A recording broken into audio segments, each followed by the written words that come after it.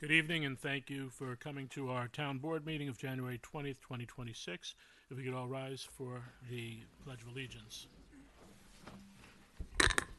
Since we have a Purple Heart veteran, Neil, would you lead?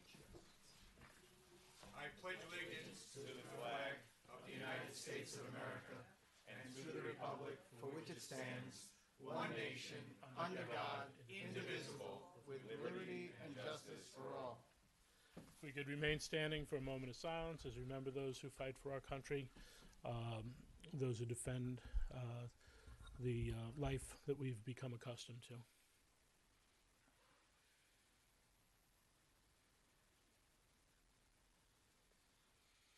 Thank you.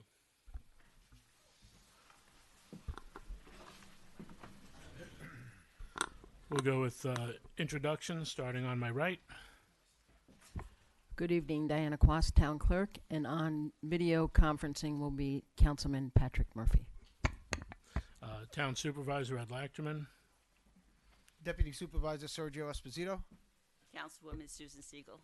Councilman Alon Gilbert. Town Attorney Adam Rodriguez. Great. Can you hear me? Yes. We could hear you, Patrick. I can't hear you, but that's fine. Okay, how about now? Maybe I that. can now. There you go. Pat, just when I thought you couldn't get any bigger. All right. So, today for reports for the town, just a couple of quick things. Yesterday was a great day to reflect on the life of Dr. King, and I know there was something over at Grace Lutheran. I unfortunately was not able to attend, but I hope that it was a really meaningful event and program. We do have coming up as well National Holocaust Day, commemorating the liberation of Auschwitz on the 27th of January. I was hoping to have a speaker come in who was one of the first 30 Army troops into Auschwitz when they were liberated. And unfortunately, Ralph just doesn't feel that he could talk about the story because, as he said, it just brings up the pain and it does not end when I walk away from one of these speeches. But also something to reflect on and really celebrate what our country did to go in there to end these atrocities and especially those of the greatest generation who there are not a lot left at this point in time. And then I just wanted to renew our call just so people know there are volunteer board positions open. So those of you interested in serving the town, I know I see quite a few people in the room that already do and have done in the past, but those positions are open. So please email to your resume and board that you'd be looking to join to csmith@yorktownny.gov, and Cindy will take those and put them out to the board. All right, Sergio. So right before this meeting, I was at Panis High School, and the Lakeland Panis Rebels wrestling team took on Harrison today. And what was notable about today was a young man, Dan Horowitz, got his 100th win. So it was quite a moment. Mom was crying. It was great to see, and they are rolling forward. Our Yorktown High School varsity basketball team is 9-0. So they're doing quite well. And I believe the Yorktown Dance Company is doing their recital. I think it's January 31st, but I'm not sure. It's really a wonderful show they put on. It's right at the high school. Buy tickets and support them. They're just a great bunch of young people in our town that are doing amazing things. Other than that, I think tonight we're going to have a long meeting, so I'm going to cut it short. It's good to see everybody. Okay, I would just like to elaborate on what the supervisor said about openings on volunteer boards. Let me be specific. Planning Board, Zoning Board, Conservation Board, Tree Commission, and Housing Board. Community Housing Board, those are the ones that I know about. They all meet most of the time once a month, some twice a month. So again, conservation, tree, housing, zoning, and planning. Those are the ones. Am I missing any, Ed, that are looking for volunteers? I was looking for a pen, so I wasn't paying. You lent me one last week. I'll give you one this week. There you go. Thank you. I left mine upstairs. But I think those are the only ones. Also, I just want to quickly update something that was said at a previous meeting about the federal possibility of federal funds for the Halleck's Mill Sewer extension. It was said, if I heard it correctly, and I did re-listen to the tape, that the bills, the appropriation bills, not authorization, but appropriation bills, had been passed in both houses of the Congress and were awaiting signature. I did some checking, and it has passed by the House, but I don't think it has passed by the Senate yet. All right, so we're still waiting and hoping that that will be $1.25 million, but the Senate still has to pass it, and I don't have to say how the Senate and the House are working together these days. I won't get into that. I will say though that our 2 state senators have signed on to it. They're supportive of it. They're supportive. They're supportive of it, but we need the votes in the Senate, and so I will keep you informed about when that happens, and then hopefully the president will sign it. And also that the town still has to get approval from the DEC whether we can do the revised plan to go through the Gomer wetlands. That was the revised plan, and the latest I heard from the engineer was that meeting might not take place until the spring, which makes me worry that we might get 1.25 additional money, but the cost will also be going up from the last time we had the estimate. So I don't know where we stand on that. Thank you. That's all. Thank you, Susan. Again, in the honor of Martin Luther King, who had made the very famous statement that the moral arc of the universe trends towards justice, freedom, and equality. He and many other people have emphasized that it doesn't happen passively. We all need to work together to contribute to aid in that process. And in that vein, I'll additionally add that I would also make a plea that we have and a call to the citizens of the town to consider volunteering time. I know everyone's time is very precious, family and work and all that, but I grew up as a JFK Democrat with the idea, and I, party aside, a JFK follower or admirer. I know he had, some people may say he had lead feet, or but the idea, the concept of ask not what your country can do for you, but what you can do for your country pertains to this town. And I would ask that individuals consider volunteering for all the boards that have been mentioned today. Thank you. Thank you, Lonnie. Patrick? I'll make it quick. I wish I was there. I'm just recovering from a surgery last Tuesday, and I thought I'd be there, but I couldn't physically make it. But I'm there in spirit and physically, and I'm here remotely. And on another note, please just go to the John C. Hart Library, and they have activities, they have movies, they have arts and crafts, they have all sorts of things from all ages. So please go there and just check out what's available for the next week or two. That's it. Great. I know we're in for a long night. Thanks, Patrick. All right. Anything from John? Or Yeah, is it up? Yep. Yeah, from the poet, from the poet laureate.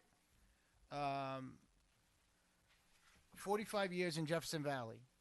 The post office has long moved to a much larger building at the end of a strip mall a few blocks away, and its previous location at a barbershop, the Valley Market, remains. The only natural disaster in those days was a blackout that lasted a week or more. Our fireplace and blankets in bed provided heat, and a bunch of us went to Barnes & Noble with electrical strips and laptops to use in their cafe. Since those years, there has been a little of weirdness or difficulty in the summer. Roosters still wake us up in the winter. We have snow, inches of feet. Last week, around 9 inches in 2 days. The only constant winter occurrences are the raccoons trying to get out of the cold and into our attic. At times, they have made it. some things never change. I have been going to town board meetings under 6 supervisors and have been reading my poetry under 5 of them, and for the last 2, while I have been recovering from a broken hip, another has been reading them for me. All in all, for the last 45 years, Jefferson Valley, Town of Yorktown, County of Westchester, and New York has been a wonderful place to live. By John F. McMullen.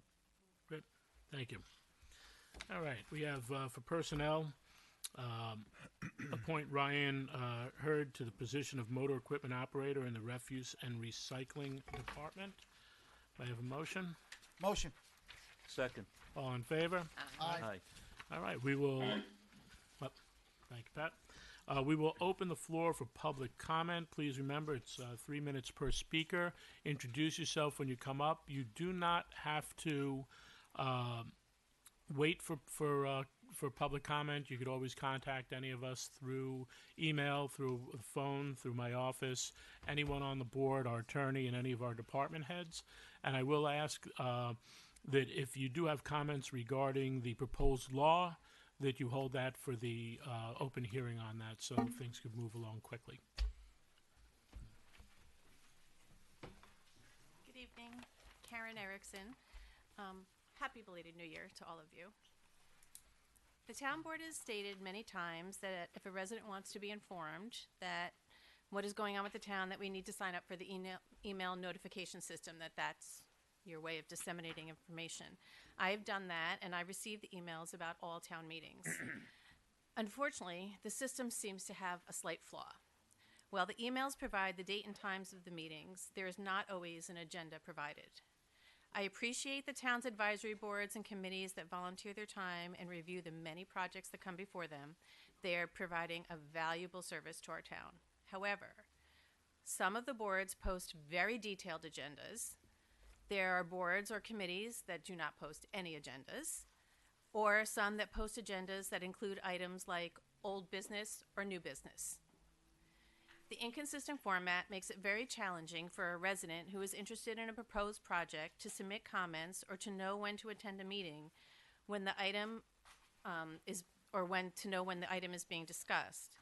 So in an effort to improve transparency and communication with residents, I would ask that the town implement a policy that all boards and advisory committees include agendas, and that they also be included in the town email notifications to residents, and that they are also posted online 24 hours before a meeting. Because otherwise, how do we know what's being discussed?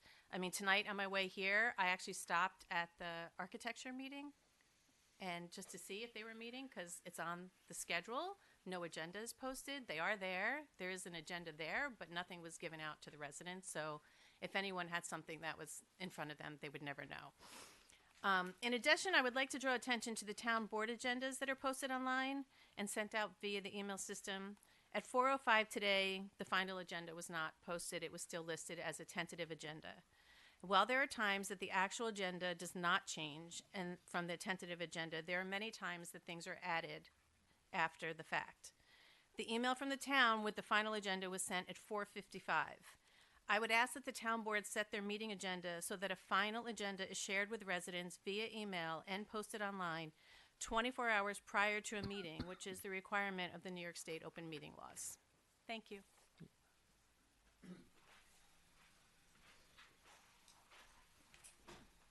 Good evening, Larry Killian, Yorktown Heights. Larry? I wanted to follow up on a comment, Sergio, you made on January 6th, that it was unfair to say we know what developers will do, that they're going to do, that we know what they're going to do anyway. I'll make the case that if we do our homework, we can be very certain what developers will do. 2 engines drive the development on 202, west of the Taconic, Lowe's and its pods and BJ Gas. It's well documented that the Lowe's site had been planned for years and should not have been grandfathered in. And I believe Susan advised about that at the time. So let's focus on the second engine, BJ's Gas. The reason for the tax break is to prevent projects from going to nearby towns. But BJ's only puts gas stations at existing locations. We could predict that Cortland or Somers were not options. So tax break not needed. Our homework should include examinations of BJ's business model. Buying gas in bulk, BJ's can undersell competitors by a large margin. It's a bonanza for BJ's, more club members, and also the property owner UBP. With perhaps 1,000 additional cars a day, the existing retail space is much more valuable. We can predict this windfall. If we do our homework, we would find 185 other locations where BJ's has added a gas station. It's standard operating procedure, something that can be predicted, tax break not needed. If we did our homework, we would have found that rezoning for the gas station was completed in 2014. Property owners don't go through the lengthy, expensive rezoning process for something they're not going to do. We knew what they would do, tax break not needed. And that's the larger point. When we do the homework, when we look carefully at business models, past behavior, site history, profitability, then yes, we can predict what developers will do and whether or not a tax break is needed. Thank you.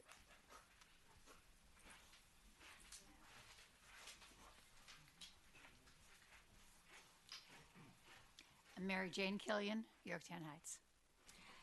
It's been said that 485B tax break is good for business and attracts businesses to towns. But who is it good for? Clearly it's good for the business. That gets the tax break, but is it good for the surrounding businesses? It's good, or is it good for us, the taxpayers? The owners of the former Caremount, now Optum building on Keir Street were given a large tax break totaling $500,000 so far to build a large new medical office space. Nearby building owners with similar businesses were heard and then could document their losses to get a reduction in their assessed value, thereby allowing them to pay lower taxes. All my doctors are with Optum, so it's great to have a new, nice-looking facility where many services are offered and combined. My internists, specialists, urgent care, radiology, etc. I am not against development at that site or others, but why give a business a break for something that that business was going to do anyway? It made sense for Optum to consolidate their services in other areas, for example, on Hill Boulevard and at a large facility in Brewster. They were all built without tax breaks. It makes a tremendous cost savings for these businesses to combine services in one place. And let's just widen the lens a little. Has one of the towns near us, Cortland, for example, in their town center and at the Stop and Shop Plaza across the street offered incentives? No, recent developments there came without incentives. There are many more examples of why these exemptions aren't necessary, but they end up costing us, the residents, more in taxes. In fact, a few years ago, when I was questioning the town board as to whether 485B made sense, I cited an article from the Journal of Economic Perspectives, which stated, according to a 2020 study of tax incentives in the United States, there is no strong evidence that these incentives increase economic growth. Tax incentives that target individual companies are generally seen as inefficient, economically costly, as well as having sometimes regressive economic effects. So in closing, I ask again, can you explain why it makes sense to rely on these incentives? Thank you for giving me courtesy of the floor, but actually next time I'd prefer the courtesy of an evidence-based response. Thank you. Thank you. Whoops.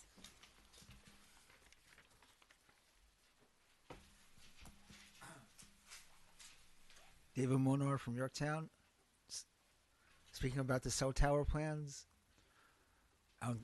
personally, I don't think it's a good idea because it's near wetlands. It's harmful to wetlands, harmful to the wildlife. harmful to people, not in large amounts, but just just enough. And if you go to Mount Kisco, they had a plan for a cell tower right by Leonard Park, and they said no, and they moved it because it's too close to the park and too close to wetlands. So same situation here, too close to wetlands and too close to natural areas.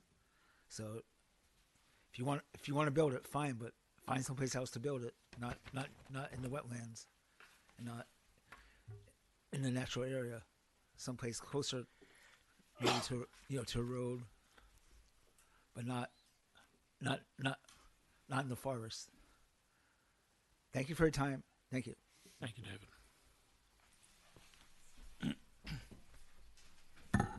Greetings, Wendy Frank, Yorktown, regarding the proposed self-tower on Grand Springs Road.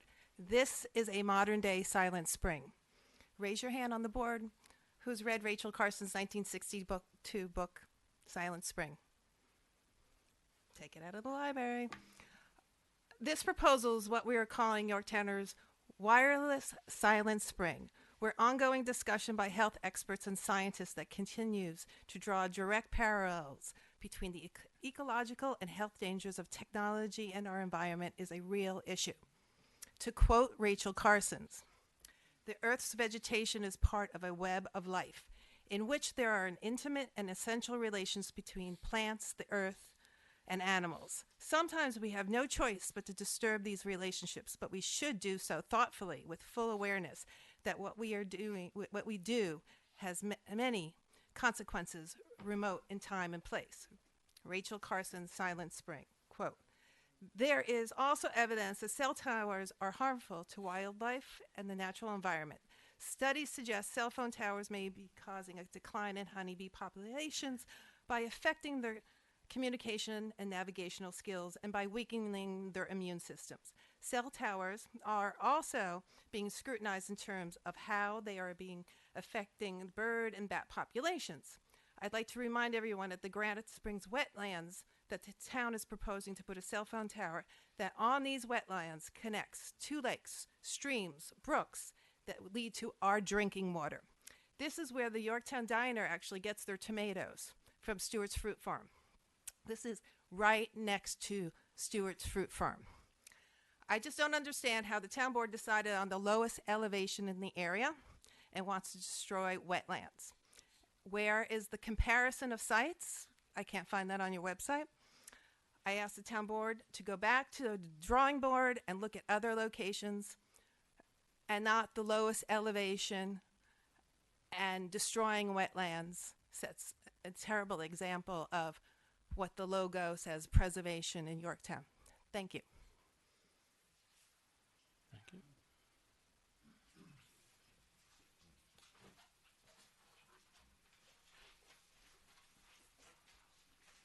Good evening. My name is Monica Cole. I'm a Yorktown resident. I want to thank you for the opportunity to speak this evening and thank all of you for your service. I'm also going to comment on the proposal for the cell tower, and I read that our town supervisor would like to sign an agreement with Douglas Fishman to review the Homeland Tower proposal and present the town with his analysis at the February 3rd public hearing. I would like to know how Douglas Fishman services were acquired. Was it competitively bid? How did you find Douglas Fishman? Is he here to rubber stamp what you've done? I'm asking this because I can't find any record of him writing a report against a cell tower proposal.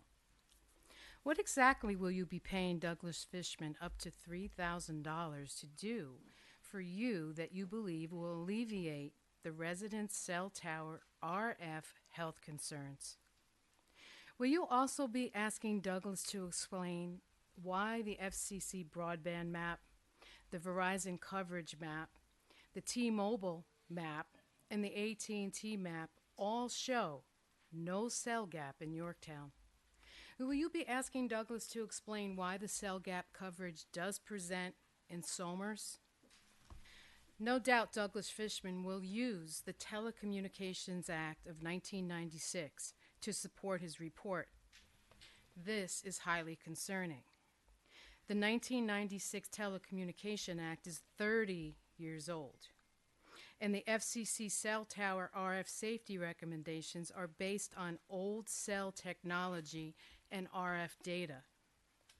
The FCC was sued in 2021 because the data and safety recommendations for cell tower usage is so outdated. There was 11,000 pages of data that refuted the FCC conclusion that there is no evidence of harm caused by wireless technology. The FCC lost in court and was ordered to do new studies so they can update their data and safety recommendations. 5 years later, here we are in January 2026, and these studies have yet to happen. This past week, it was reported the federal government is requesting the FCC now to do these studies and compile the data. The government is formally acknowledging they have major health concerns and need updated FCC RF safety limits for human exposure and safety recommendations as soon as possible. If this board is a deliberative body, why are you only listening to one opinion? Shouldn't you hear multiple opinions and decide which one has merit? Thank you, Monica. Your time is up. Oh, really? Yeah. That's too bad. Well, you guys can read the rest of my letter online. Thank you. Thank you. Thank you. Hello, my name is Elizabeth Wadowich, and I'm also here to talk about the proposed tower that Homeland wants to build at 62 Granite Springs Road. So, I did read on Sunday when your agenda came out that you wish to retain Douglas Fishman, and within 5 minutes, I could tell that he was not independent. He has never, as far as I can tell, written a report that wasn't supportive of the telecommunications company or the developer. You can look at the reports he wrote for Wappingers, Newburgh, two times in Pleasantville, Pound Ridge, every single time. Because just as Homeland's attorney told you when he stood before you right here on December 16th, there is no way any proposed tower that's going to be 30 feet or higher will not be within the FCC limits, because the FCC limits are a joke. They were written in 1996. And just as Ms. Cole just told you, there is a federal court case from 2021 that says the FCC is mandated to update their safety regulations. They have not. There is a push in the federal government to do so. But the point is, it's useless to retain this expert. He's going to tell you what I could tell you, and I'm not in support of the tower. Any tower over 30 feet tall is going to comply with the FCC limits. It's not clear from the resolution what else you're asking him to do, but the bottom line is he's not independent. We do have 3 independent RF engineers who we would give you their names and their CVs, and you can pick and choose which one you want. But basically, if you're looking just to greenlight this project, which by all accounts, every single prior meeting and every single prior statement that any of you has made regarding this project, it would seem that that's all you're interested in doing and that you're not actually listening to the residents in town. So if you're looking just to greenlight the project, then by all means use Douglas Fishman. He's your man. But if you're actually looking for someone who's going to listen to the residents and who's actually addressing the concerns that we brought up, then you should consider our independent consultants. Additionally, the resolution says that this was to address resident concerns, but none of us asked for an RF independent consultant. We asked for an independent wetlands consultant to reconcile the delineation that the Erickson's wetland consultant has made, which differs from that of the developer and the towns. We asked for an independent wetlands expert to go to the site and do an actual independent wildlife study to see how this is going to affect the endangered population of monarch butterfly and bog turtle and Indiana bat and northern eared bat that are on that site. But we didn't get that. Instead, we got this RF expert, that alleged expert that's not independent. So it's just a lack of transparency. You're not actually addressing our concerns, and we're paying attention. So you should too. Thank you. Okay, Luciana Howard, 10 years in town. So I do see that there's a lot of concerns, and mainly it's because it's right near their homes or in their backyards. And here's the thing, I live off of Broad Street, and I am in favor of the tower. my son cannot walk 6 blocks without losing complete service. I know that EMF is a trigger. It actually creates the nervous system and has radiation, but I also know it comes from every extender that's in the houses that live near there and the second extenders they have to put in.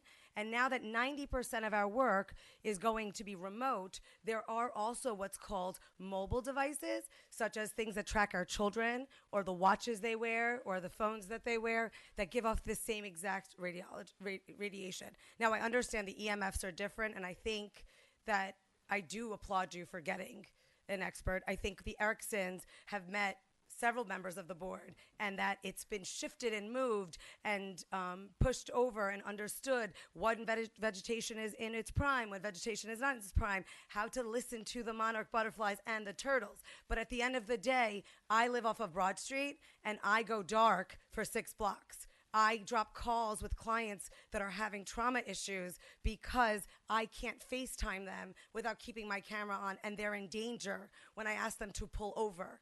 And that is my practice, and it is in my neighborhood. And I recognize that there are a lot of people that are going to say that this is not okay because of the positioning of the tower. But I grew up in the Bronx, and there wasn't a lot that you told me, oh, you could see the neighborhood from next door that you could trust was never going to be built on. So I'm just curious that even though people bought in this beautiful town where we hold preservation, because I'm pretty sure Wendy Frank uses tons and tons of electronics, because I get an email from her probably once a week on how terrible of a human I am. So with that being said, I'm going to go ahead and reframe and go back to preservation. I'm on Broad Street. I know there's a lot of constituents who live by power towers. I know there's a lot of constituents that live in my neighborhood that want these towers, but they're afraid to tell you this because it's right by your home, and they don't want to be blacklisted for it. Now, I'm not saying if there's room by my house, please have them come. But based on sitting on that board not too long ago, there was extensive reading and there was extensive placement. And this was the placement that had the least amount of disruption for our community. So yes, when I look up at the Board for Progress and Preservation, we do hear you. And I think that you guys are doing a brilliant job listening. I'm just really sad that the community, who does have a second voice, doesn't come out here unless it has to do with their backyard. Thank you, Luciano.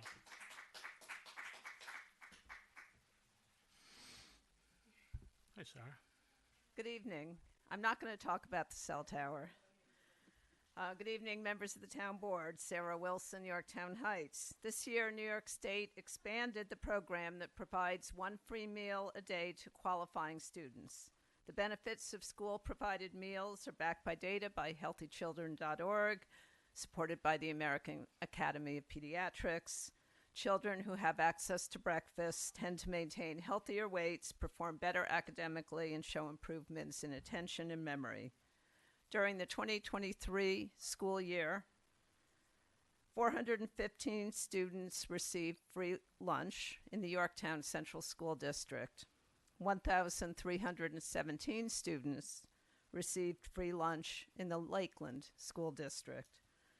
Additional 217 qualified for reduced fee. That brings us to 1,949 students in 2023-2024 school year. And this is before the expansion of the program.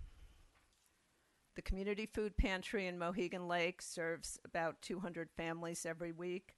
The First Presbyterian Food Pantry serves another 200 families every other week. As you know, from the town's own Food Insecurity Task Force, many of our residents make tough decisions every month about how to stretch their limited funds to cover food, transportation, healthcare, utilities, and housing. This year, Grace Lutheran Church is again collecting cereal for the Community Food Pantry through Super Bowl Sunday, February 8th, in our effort to tackle hunger. Last year, over 400 boxes of cereal were donated at Grace Lutheran Church, and the Yorktown Lions partnered with the Yorktown High School Honor Society to collect another 200 boxes of cereal. For several years, Supervisor Lachterman, you've stated your hope that more of our faith communities will organize food collections such as this. And yes, that's a start, but it's a Band-Aid and not enough to address the underlying affordability challenges faced by many of our residents. So I urge the town board to continue to listen to the members of the Food Insecurity Task Force here in Yorktown and thoughtfully consider what additional actions this town government can take to help our struggling residents remain housed and fed and healthy. Thank you. Thank you, Sarah. Thank you.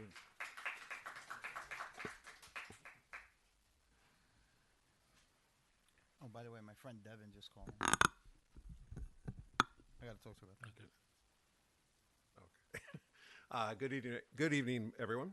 Tonight I want to talk about the direction Yorktown is heading and whether we're building a town people can realistically stay in. Since 2000, according to census data, Yorktown's total population has stayed relatively flat, hovering around 36,000 residents. At first glance, this sounds like stability, but when you look closer, a different picture emerges. Over that same period, the number of children under age 10 has dropped from 5,400 to under 3,800, a decline of roughly 30%. And among 30 to 40-year-old adults, the change is even more serious. Between the ages of 30 and 49, Yorktown has lost about 4,500 residents, more than one-third of that entire generation over the last 2 decades. That's not just a demographic shift. It's the loss of people in the years when communities are built and sustained. When those residents leave, the impact is felt across classrooms, local businesses, and the town's tax base. So the question isn't whether something is changing, it's why. One important factor is how growth here has taken shape. Much of what we built requires people to drive, even for basic everyday needs. Stores set back behind large parking lots, separated from homes, schools, and services, where a simple errand means getting into a car and navigating traffic and driveways. That kind of development supports transactions, but it doesn't support daily life. What people are looking for, especially families, are places where daily routines are simpler. Places where a short walk gets you to a coffee shop, a library, a playground, or a small local store. Places where kids can walk or bike safely, where people can get around without relying on a car for every trip. Places where errands don't require a long drive and daily life feels manageable instead of exhausting. And that's where planning choices matter. For years, Yorktown has been designed primarily around car-dependent movement, places you pass through, not places you live around. We see that mindset even in small decisions like reducing planned sidewalks in the Underhill project, basic infrastructure that allows people to move safely without getting into a car. On its own, that may seem minor, but over time, those choices add up. Walkability is still treated as optional, even in new development, even when we have the opportunity to design differently. Streetscape improvements and DRI applications can help, but grants are tools, not strategies. Without an up-to-date comprehensive plan in action, they don't change direction. What consistently allows families to stay are walkable, community-centered places paired with attainable, right-sized housing and real transportation options. Those choices reduce everyday costs, they support local businesses, and they give people real alternatives to long, car-dependent commutes. If we don't adjust course, the outcome isn't dramatic, but it is predictable. Continued loss of working families, greater strain on fewer households, and a town that becomes harder to sustain year after year. Leadership means recognizing that warning and acting now before today's trends become tomorrow's closures and cutbacks. Thank you, Anthony. Thank you. Thank you.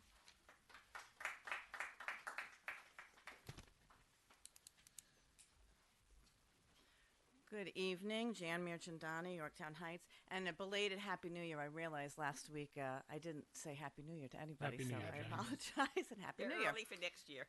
Early for next year, yes, exactly. Actually, we have Lunar New Year coming up real soon. There you go, and happy all of it.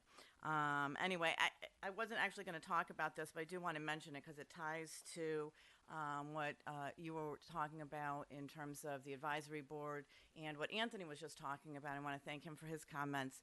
I don't know, a couple of months ago over at the Kappa Space, my sister and I went over and they were doing a viewing of Join or Die, and it sounds very ominous, and in some ways it is, but it was a really great movie. And the point of the movie, and the reason I'm bringing it up, is because the whole point of the movie, it was built on the book Bowling Alone. Some of you might be familiar with it, but it's the idea of when we don't become involved in our community, and we don't join clubs, and we don't join boards, and we don't actively become participants in our own community. Not only do we individually suffer, but our communities suffer. Businesses don't do as well. The community doesn't thrive. So anyway, I encourage everybody to take a look at it. If you have an opportunity, it was a short film. It was very interesting. We had a great conversation afterwards. But more importantly, I encourage you to join the advisory boards, join the Lions Club, get involved in the community, and become active participants. So there's my PSA for the day. The reason actually that I came up, I noticed on the agenda there was we're waiving the fee. The town board decided to waive the fee for the Yorktown Youth Soccer Club, which my children used to participate in. So I appreciate that. My question is, that's one very worthy cause out of many in our community, and I'm just wondering where other nonprofits and other community organizations might find the criteria by which they would be granted a similar fee waiver. So that's my question. Thank you. Yep. Hey, Doug. Good evening, folks. Doug Erickson, Yorktown Heights. Wasn't actually going to speak today, but I figured with what's going on, and some of the things that were just said tonight, I wanted to just make a couple things clear. Appreciate Luciana's passion. Certainly 100% agree that people should be comfortable coming out, speaking what their beliefs are, what their concerns are. Wanted to make crystal clear, I've been super appreciative of the things that you people have done to come and listen and hear what I have to say, right? So painting a broad brush that people are being blacklisted. Doug, you need to focus at the board. Be careful who you are, making that broad stroke about, because there are plenty of people that have been respectful and are very, very appreciative of the work that you guys do and what you're trying to do to hear all sides. I do think that it's important for those people that believe that this tower is the solution, come speak because they need to get educated. Your comprehensive plan that you spent a lot of time, and Luciana at the time had opportunity to look at, speaks about not building this tower. It speaks about using other forms of smaller service providers to get the coverage you need in these small areas in this part of town, right? It's crystal clear in that plan. It says very specifically, a macro tower is not the best solution. That's the plan that you guys put money and effort into many years ago, right? The comprehensive plan. So this tower is one of the reasons that we're, opposed to that is that. But our biggest argument has always been doing it properly and using, the right rules around the wetland, right? Not in my backyard has not been something I've ever said to you. Would I prefer it's not in my backyard? Of course. But we've had conversations where my biggest concern is not put the cell tower back there. It's put it there in a way that respects and actually follows the rules and requirements of the state of New York, which I believe this plan is not doing.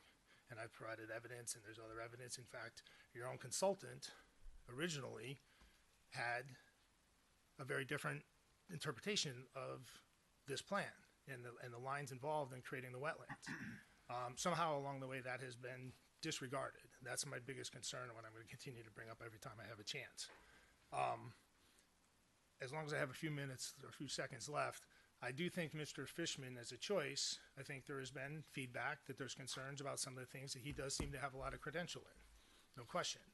I do also think it's somewhat suspect that his entire career has been on the side of AT&T, Verizon, and other people, right? There's never been anything that I could find. I spent some time over the last couple of days since that was presented, looking into who he is and what he does. I'm not sure he is an unbiased provider. There may be other choices that might be worth considering.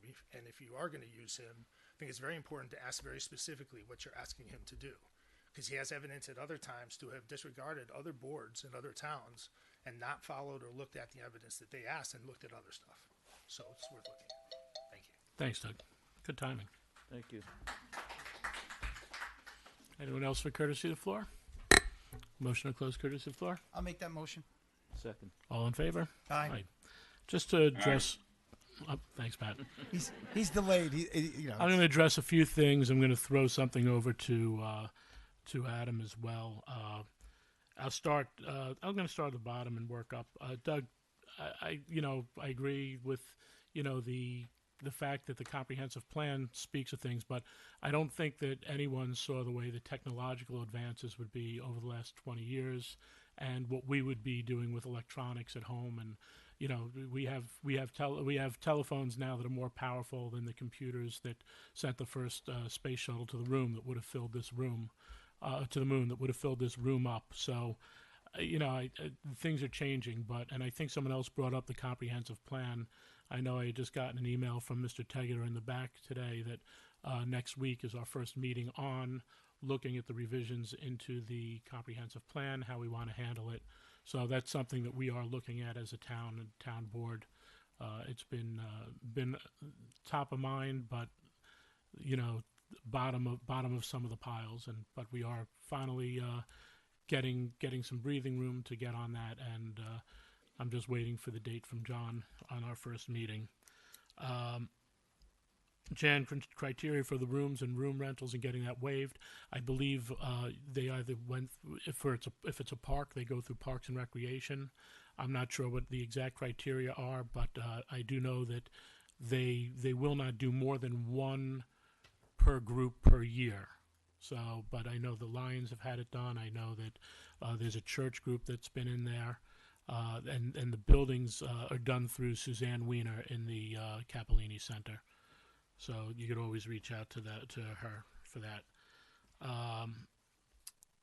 Anthony, you had some interesting comments, but I had the conversation. It's got to be going back to about 2015 now, about demographics in America and the world, and it was actually a lieutenant colonel who from the Air Force who was Hillary Clinton's briefing person for when she was a Secretary of State, and we had this entire talk on conversation and on birth rates, and the conversation really spoke about how birth rates, especially in Christians and Jews, have been dropping, sometimes dramatically, especially in the United States. Some countries it is not, but in the most part, our birth rates are down, and that's really what's affecting a lot of that kid population.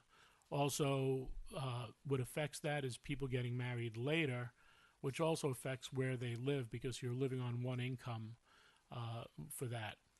So there are a lot of different things that are in that, and it was quite a fascinating conversation, sitting on a beach and just talking for 2 hours about this. And it was a friend of a Yorktown resident.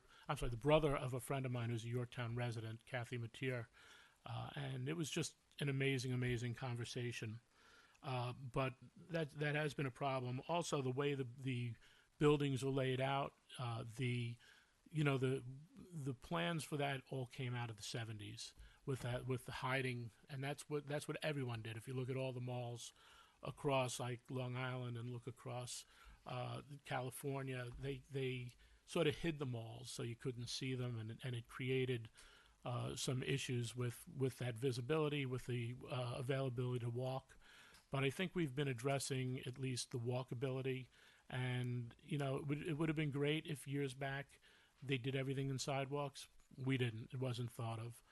But I do know that we haven't taken away the sidewalk. They redid a lot of sidewalk and put new sidewalk in, and there is still sidewalk from that entrance up to Rochambeau, but it's a pavement sidewalk, which is not optimum. So I'd like to get that all changed to concrete down the line, and it is something we will look to do. Sarah, I can't ignore the food insecurity task force, as you know, as Cindy is a member of that and our liaison. So yes, and I sent a message to my friend about the cereal to see if we could get one of those sizable donations again as well. No problem. Luciana, thank you for your comments, and it's a good point that Doug brought up, which is it's not everyone, but sometimes we all focus on the negatives. And Doug, I've never heard the "not in my backyard" out of your mouth, and I understand that some people do feel that way, and some people look at a lot of different things. But as you pointed out, we have had. Excuse me. Thank you. As you pointed out, we have had an independent wetlands consultant come in. I would like to review that with John this week as we're setting up for the public hearing.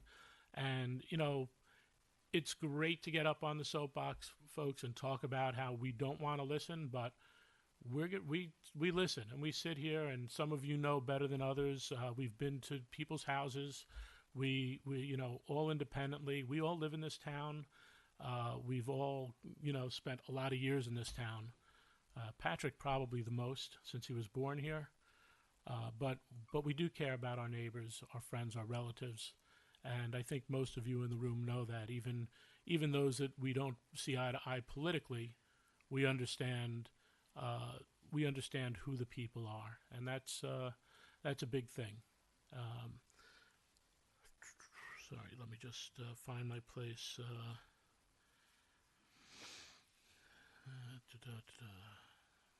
Okay. I'd talk about the 485B a little bit, but instead I'm going to put something in writing and put it out. I just think there's a misunderstanding on it. I think right now the 485B tax exemption accounts for 0.75 of 1%, and that's a sunsetting tax discount. It's brought in a heck of a lot more money than it has let people not pay. And I can tell you, just from one example, I was asked to show an example. Trader Joe's never wanted to come to Yorktown. Never. They told us point blank in a letter, ain't going to happen. What happened, though, is we've changed our demographics, we've changed our commercial, and there were incentives for them to come. The incentive, if you have a triple net lease, comes off your tax portion of the lease. The developer doesn't really see much of that, but I will say that the developer, especially if you look at the Trader Joe's site and that whole Lowe's site, they did a huge sewering project for the neighborhood behind. They did traffic mitigation. They did traffic lights. They widened roads. They do a lot of work. We get a lot more out. And then, of course, there's looking at the jobs that come. Now, the numbers that you use are usually show the school version, the school kick into that as well. And the schools had a choice. They could have said, no, thank you, we don't really want to do this. But they saw the opportunities for the town and having places for people to go and having jobs for our kids. And, Trader Joe's alone has to be about 220 employees in there. That's very impressive for our economy and much, much more even for the people in our communities. You talk about affordability, you got to have jobs to afford anything. And we have those opportunities here in Yorktown now. And Karen, I know our clerk was probably making notes about the public hearings and things and the meeting notes, so we'll do our best on this end. I will say some of our boards, like maybe the Veterans Advisory Board, we got to figure out how they could get their stuff uploaded and all, but we'll definitely work on that. And Adam, can I just I was gonna one other comment. It's funny because the property has been talked about again recently, but Larry, you mentioned how people don't do a change of zoning unless they intend on going through with something. But there's a property across from Little Sorrento, New York State land, which did do a thing, and that's been dormant for probably 25, 30 years after they did a zone change. So sometimes it's done speculatively, and sometimes it works, sometimes it doesn't. So people do get in there and they do those changes, but maybe with the 485B tax incentives, maybe someone will come in there, but they'll be doing a heck of a lot of road work, just like Lowe's had done. So we'll see how that comes out down the end. Adam, do you want to talk a little bit about Doug Fishman? Sure. Notwithstanding what was said, I do find him to be independent. I went through his CV with him. His current relationships. I found, there'd be no conflict. He's worked for many municipalities, some in Westchester, including Pound Ridge and Portchester. And I've seen the reports he's done for other towns, some of them, and there's certainly no rubber stamp. I mean, I've seen him push back on proposed tower heights. So he's going to be engaged to review Homeland's RF analysis, confirm the gap, confirm the height, look at the analysis, the alternative locations, and alternative technologies. So I'm comfortable, with him, and I think he's going to do a good job, and I think it's, the right thing for the town to do. So, Adam, what are there restrictions as to what he can look at when it comes to the federal stuff and the laws? And Well, he can look at anything, really, but there are restrictions on what we can base our decisions upon or not, right? We certainly couldn't deny the proposal because we feel that the technology is not safe. If the technology is complying with federal limitations, I mean, our hands are tied in that regard. Could I ask? Sure. Adam, I'm just curious. It's the first I've heard about the fact that the FCC was sued, asking for additional data on those cases. Are you familiar with that case? No, but the transmission limitations are what they are now, and we're bound by them. So if you have transmission limitations that the FCC has put forth, what you're saying is we can't base a denial or approval on whether or not they as long as they meet those limitations, they can't be part of our decision making process. Correct. Unless those limitations that have been set, or if a court, I don't know what the court has said, but if the court has said that those limitations are faulty because of the lack of new data, then those limitations may not be sufficient. Yeah, Adam, but that's not the case. Okay. If you could look into that and just send around. I'm confident that's All not right. the case. Okay, great. All right, Serge. Yeah. So just going back to the 485B, I know, I think there is a lot of confusion on it, and I caution everybody, to be Monday morning quarterbacks, because we're going back and we're looking at projects like the BJ's gas station, which happened some time ago, and we're saying they were going to do it anyway because we could predict what they were going to do. If you could do that, I'd like you to predict a lot of numbers for tomorrow because I'd like to go on vacation. But all kidding aside, I caution everybody for being a Monday morning quarterback. If you weren't in the room, you really don't know what the discussion or the determinations were. Maybe you are right. Maybe they were going to do it anyway. All of them, all of the 485B incentives that we put out, they were all going to do it. I mean, it's kind of like a broad statement to make without actually knowing what the conversations were at the time. Let me explain how the 485B works. Because I think everybody thinks you get a 485B, you get half off your taxes, right? That's just absolutely not the case. Right? Let's say a business is paying $1 million in taxes, and they make an improvement, and they add another $500,000 in assessment, right? So they would pay without the 485B $1.5 million if they were going to do the job anyway. That's the big question about it. I mean, I always hear a statement, they're going to do it anyway, they were going to do it. Yeah, how? Again, that's a broad statement. But hypothetically, the way the 485B works is that business would still pay their $1 million. They're not getting half off of the $1 million that they're already assessed for. The $500,000 on top of that, they would get the first year, year one, they would be paying $1.25 million in taxes, bringing in an extra $250,000. By year 5, they'd be paying 1.375, I think, and by year 10, they'd be paying the 1.5.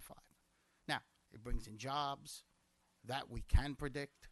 It brings in revenue, especially if the property is successful. I know we brought up the BJ's gas station, and that it's going to hurt other businesses. Not one gas station, although everybody predicted that all the gas stations around it, the little gas stations, were going to go out of business. Not one went out of business. Not one. So, again, I just caution to making these broad statements. Now, I will say that in some instances, you may be right. And in some instances, you may be wrong. And so it's our job to try to figure that out. Now, I wasn't in the room when these decisions were made on the other 485Bs. How many 485Bs have there been in the last 10 years or what? Well, since the inception, I think about 9. So since its inception, which was when? I don't remember. 16? 2016, there have been 9. I mean, we make it sound like there's millions and millions and millions and millions of 45Bs, and we're just like giving them out like it's candy, and that's just not the case. If Now, I may, go ahead. When it happened as well, we had a board of business people who looked at it, and I don't know if people realize it's a New York State law that it's sort of like what they do with exemptions. They say, well, we can give you this exemption if your town wants to do it. I think we're going to have one exemption coming down that the state is actually going to mandate us to do. That being said, the New York State version of the law offers 100% for the first year and then 10% coming back over each year instead of what we do at 50% and 5%. So they offer a lot more up front, but we did not think we had to. We just thought we had to be a magnet because of places like the Cortland Town Center that got in first and became that magnet. That's sort of what's happening with us now with Yorktown Green. It's becoming a magnet. So, Well- no, go ahead. If you have a comment, go ahead. Well, to piggyback on that, then, though, as you say, maybe things have changed, and we ought to take a re-examine. Just like Cortland doesn't need it because they are a magnet. Now that we have this business starting to snowball, hopefully will continue. I don't know whether or not we can be more selective with the 485B. Well, and, it sounds to me like we have been selective, and I think that's a fair point. I think we can be selective, but I'm addressing the comment that makes it sound like we're just giving out millions and millions and millions and millions of dollars arbitrarily, and that is not the case. You know, I wasn't in the room when they were talking about BJ's gas station. You know, so it's hard for me to sit here and opine and say maybe they did, maybe they didn't.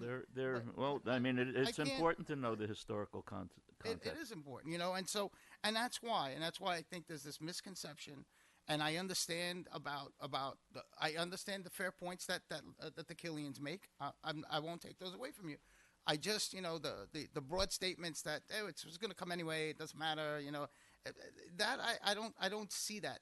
You're basing the 485B tax incentives that this town has used on something that, you know, it would have happened anyway.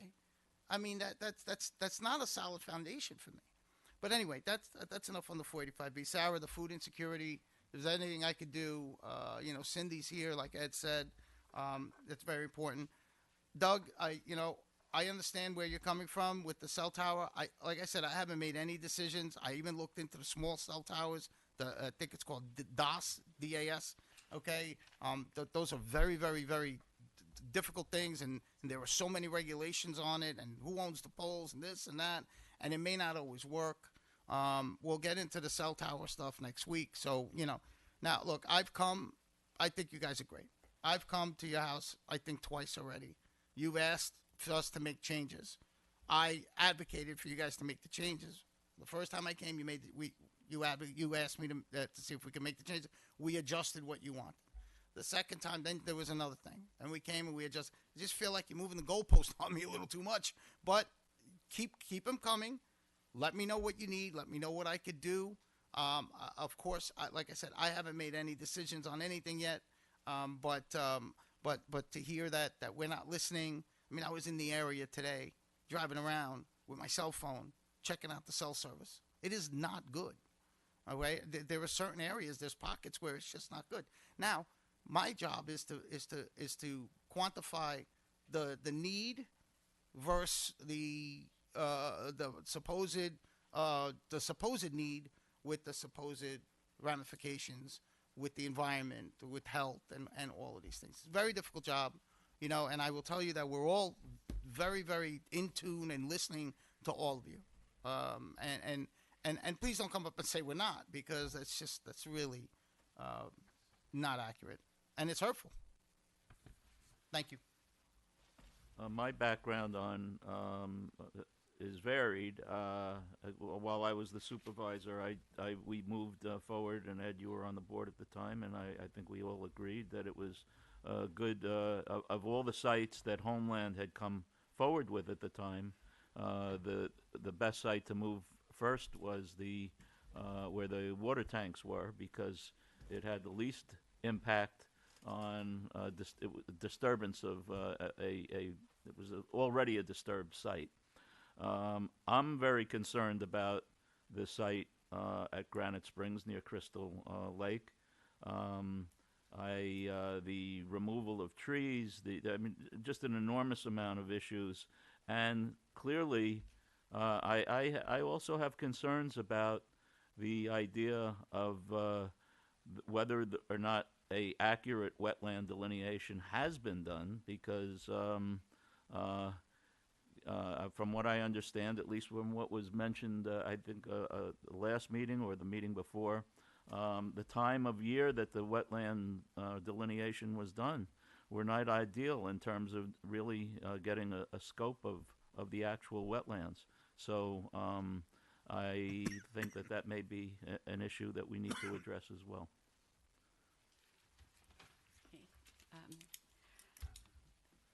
Some comments. Let me start with with you, Karen. No problem. On the agendas, all right. Some of the concerns I have shared for years. Okay. To me, there's no question that the town board final agenda has to come out earlier. Okay. And I say that as a board member, all right, not just as a resident. The fact that some of the advisory boards don't have agendas is sort of more murky. They're volunteers. Okay, the planning board, the zoning board, those agendas are there. Okay, planning board comes out, and in fact, many people don't know, but the planning board, which meets on a Monday, but the agenda comes out usually on Friday.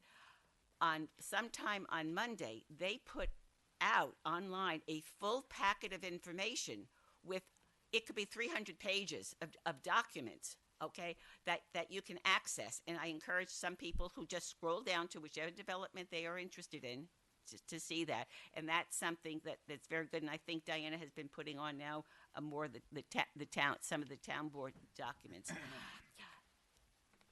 With the other advisory boards, like the Tree Commission, the Housing Board, ABACA, possibly, I don't know if there's an email address for the chairman of the board to say, could you share your agenda with me? They're volunteers, and I'm a little reluctant to force them into doing something like that. But if there's an email address, so you could say, what's on your agenda next Wednesday, that might be easier because of the concern. 485B. This board has talked about reforming York 485B, I think, long before I was on the board, and nothing has been done. But the topic comes up repeatedly. There might only be nine applicants so far who have been approved, but we've got some biggies, all right? Yorktown School District, Yorktown Town and Yorktown School District, same taxpayers, have lost $1.7 million so far. The town's portion is small, but the school district is large, all right? Just from a historical perspective, the incentive was enacted in 2016. And Costco Lowe's was eligible for it. I was supervisor in 2010, and I knew Costco was coming, all right? So the mistake that was made by the people who were on the board in 2016, it was their mistake to allow the incentive, to allow Costco, I don't remember when the Costco Lowe's thing was changed, to qualify for that incentive. That was just a mistake that they made. And the same thing with BJ's, that was approved prior to the enactment. It's past history, it's done. But what's needed is, do we need an incentive now?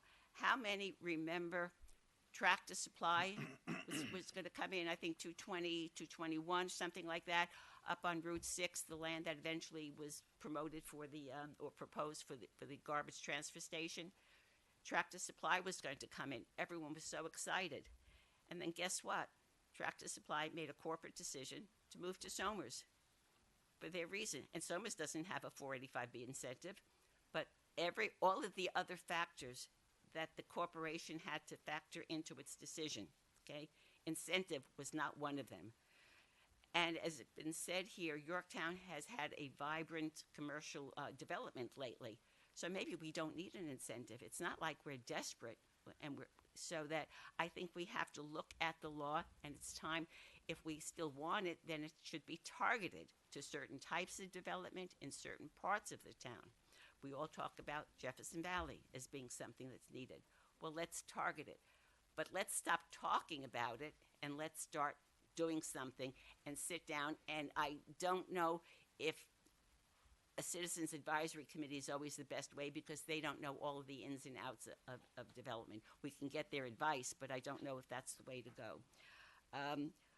On the cell tower, I'm going to reserve my comments about selecting Mr. Fishman for the report until we have that resolution on that. On the other factors, I did notice that the Conservation Board has had a question about the wetlands delineation and also the habitat. I think those have to be looked into. But I do remind residents that there's a difference between incursion into a wetland and into a wetland buffer. And if anyone has monitored planning board, primarily planning board, but also town board, it's very common for development to be approved that has some incursion into the buffer.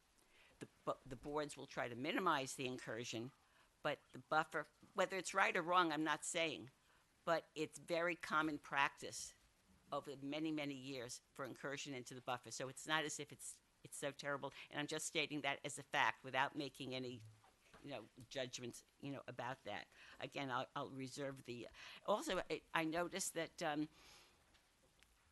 I went back to the codes. Yorktown's telecommunications code was passed in 1998. It is somewhat outdated, all right, when you compare it with other municipalities.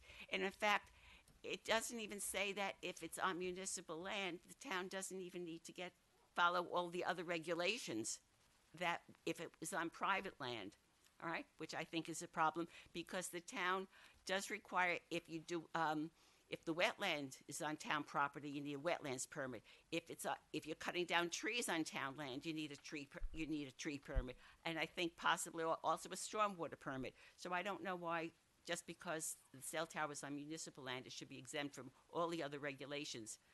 So I think it's time we looked at that 1998 law. Anthony, your comments about the changing demographics and the patterns and the walkability. I've lived here for 55 years. Like it or not, our town and the development patterns are set. They were set basically in 1970, which was when we adopted actually it was the second comprehensive plan. So we can't change, unfortunately, what's already done. Wouldn't we like to take the gas stations in the center of our hamlet and take them away? Wouldn't that be ideal? All right? But we can't do that. We're not going to just make those businesses disappear. We can't create sidewalks. We can create sidewalks in new developments, but we can't put them in other than in our hamlet areas. Unfortunately, there are limits to what we are, and we can change that pattern. I'd be interested to hear what the supervisor and our planning director are thinking about in terms of the comprehensive plan and what they are considering, the updates that are needed.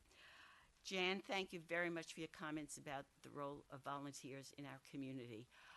It's been said that this is one of Yorktown's strongest points. It's community involvement. And it can range from coaching a sports league to serving on an advisory board to you name it, any number of subjects, any possible topic. There are organizations in this town, and that's what makes Yorktown a richer involvement. My focus has obviously been more in the government side of things, so I encourage you to volunteer for that, and it's not all that time consuming.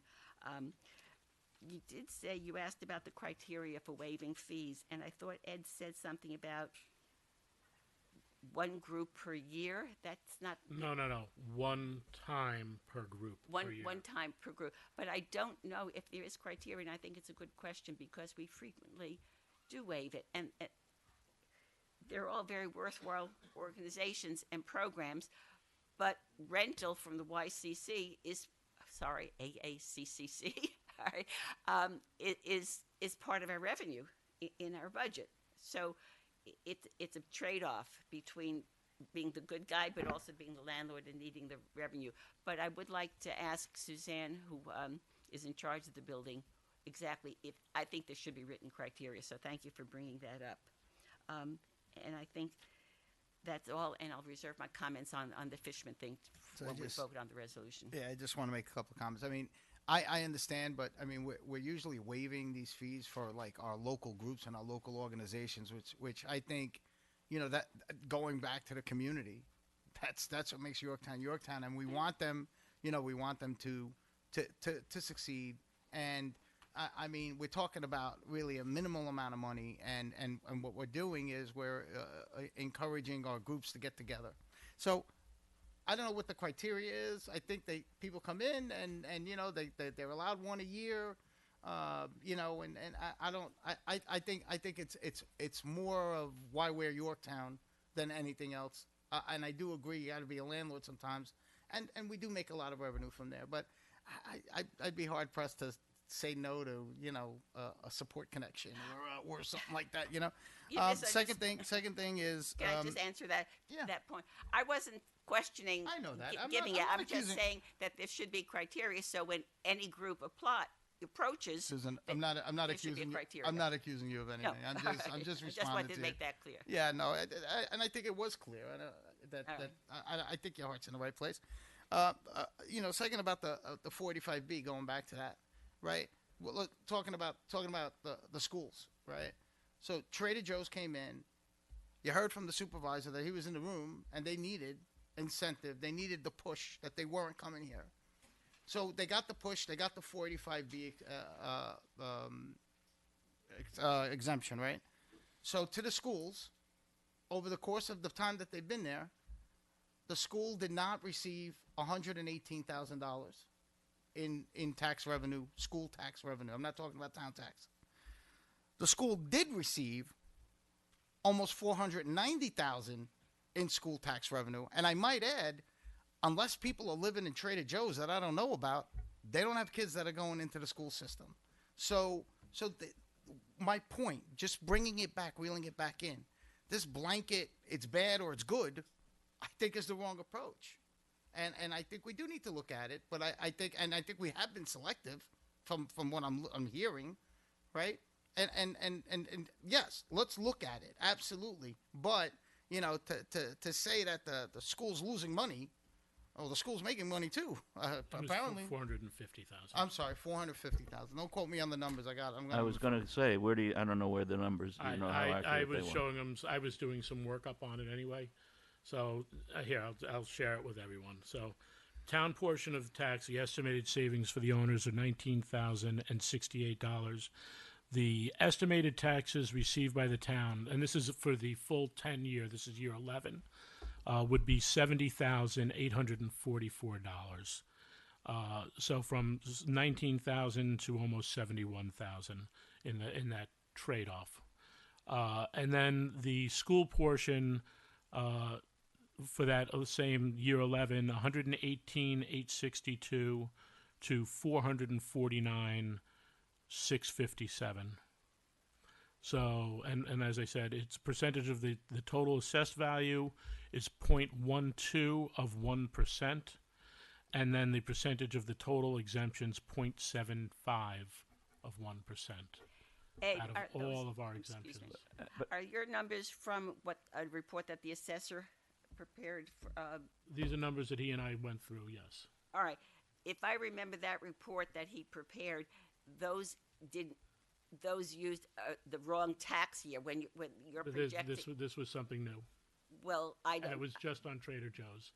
We went through it. I just Oh, asked them that the was- other day because I wanted to know about Trader Joe's specifically. And we just All right, can't but- admit that there is a benefit to the 485B, No, and no, sometimes it works, sometimes it doesn't. I mean, it's just ridiculous. But as of But all now, right. but as of now, the way it exists, it's as of right. We don't have. We can't. We can maybe change it If so you it's meet the more criteria, selective. if you meet the criteria, there are criteria set up. I understand. Yeah, and then since it was mentioned, Somers had a building which is that didn't need to be constructed, which is why Tractor Supply wanted to go there. They weighed out what would I save to, build a new building versus going into a building, and the savings were just much greater. And simple math, you'll lose out if you get the right space. We will lose on that, not getting it. And I do have to apologize. I did mean for the folks who were talking about the God bless, who were talking about the cell phone tower. We do have the public hearing on February 3rd. A lot of these questions will be answered because we are looking for them, but I want them answered in public. I want them part of the record, and then we will walk away from that and make up our mind on that. And I did then thank you, Susan, for pointing out the Conservation Board speaking about reflagging, remapping that one flag, and also doing that wetland survey. That's in the record, and they have gotten that. The company, Homeland Towers Company, has gotten that Conservation Board memo. And I think there was also something about the habitat that the Conservation Board wasn't the satisfied wildlife. with the wildlife. Yep. I just wanted, without beating 45 feet to a dead horse, whatever the expression is, I'd love to go back to old copies of our local newspaper to see how long ago and how often we asked Trader Joe to come, all right? And, it was going to come, it was going to come, it was going to come. I remember Eric DiBartolo, who was the president of the chamber then. I just kind of don't remember what year. I think my wife actually wrote a letter and sent it into Trader Joe's. Everyone was looking, and they kept saying, thank you, but we're not interested. And was this after 2016 when we had the incentive and they weren't interested? Things changed, the demographics changed, their corporate picture changed, and then tell me what pushed them over the top. Unless you were sitting I in don't that know. meeting, right? So, But you can't say that And you can't because say when it the wasn't. incentive was there, they didn't come. And also Susan, but you can't say the opposite either. That's my point. That was the whole point of what I said Right. tonight. But the You know, other it's point just- it talks about the gain. Yes, there's a gain when we have company comes, and maybe they came because of the 485B. Yes, we gain in tax revenue, but for that 10-year period, we could be gaining 100% of the revenue instead of 50%, 45%, and down. Because they were going to do it anyway? Because they were gonna, Right, if they were exactly. going to do it anyway. Because all they right. were going to do it If anyway. All Lois right. was gonna Can we, do it all right. anyway. I think our people would like us to move on instead of the circular arguments here. Can I just say thank you to Sarah for everything she does? It's just amazing how many people in Yorktown need those services that everybody just takes for granted. And Sarah, just keep up. You're doing a phenomenal job. Thank you, Patrick. Did anybody hear me? Yep, we heard you. Thank you. Loud and clear. All right, I'll be quiet again. All right. So I'd like to open our public hearing to amending Chapter 300 Code of Town of Yorktown entitled Zoning to amend in its entirety and replace Section 381.4 entitled Solar Power Generation Systems and Facilities. John and Adam, you guys want to? I mean, we've discussed this many times. Just give It's a high view. The amendments prohibit large-scale solar systems in residential districts and only allow it by special use permit in other districts. There have been changes to dimensional requirements and specifically, exempting 2 projects that are currently being proposed, as long as they meet setback requirements and other requirements set forth in the draft of the law. And with that, I would open it up. All right.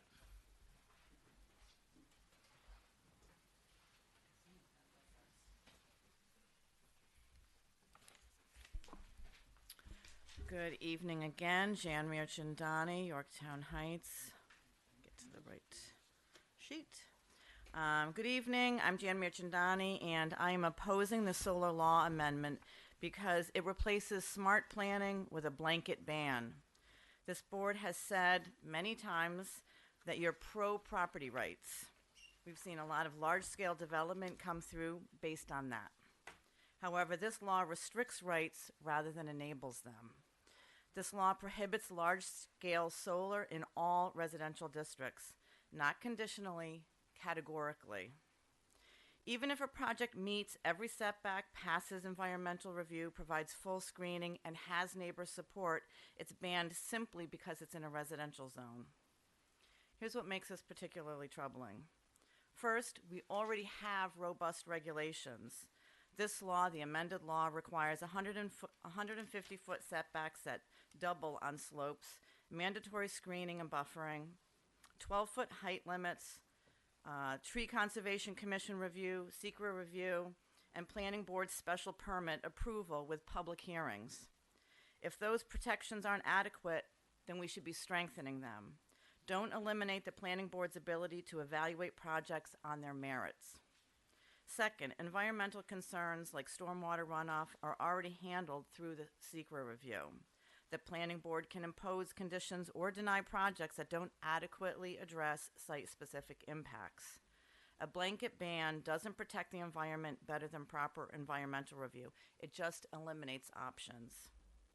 Third, the special permit process exists for exactly this purpose, to allow the Planning Board to review projects, hear from neighbors, impose conditions, and approve or deny based on specific circumstances.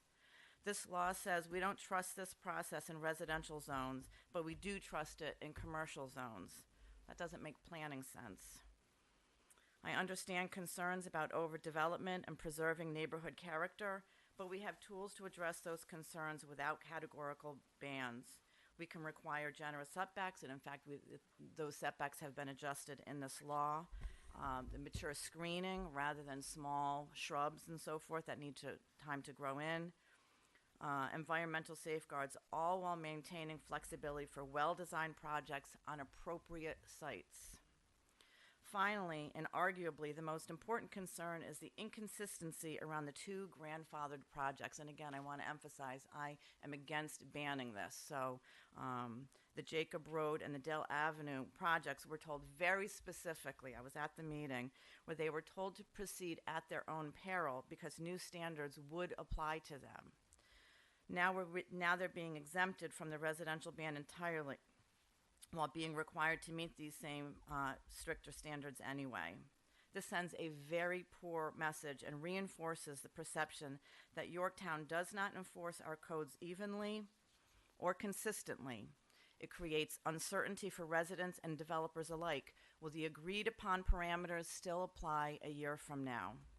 I am asking the town board to reject this blanket prohibition and instead strengthen the special permit review process if current protections are insufficient. Let the planning board do its job evaluating projects based on their specific merits, not eliminate an entire category of clean energy infrastructure because of where it's located. Thank you. Thank you.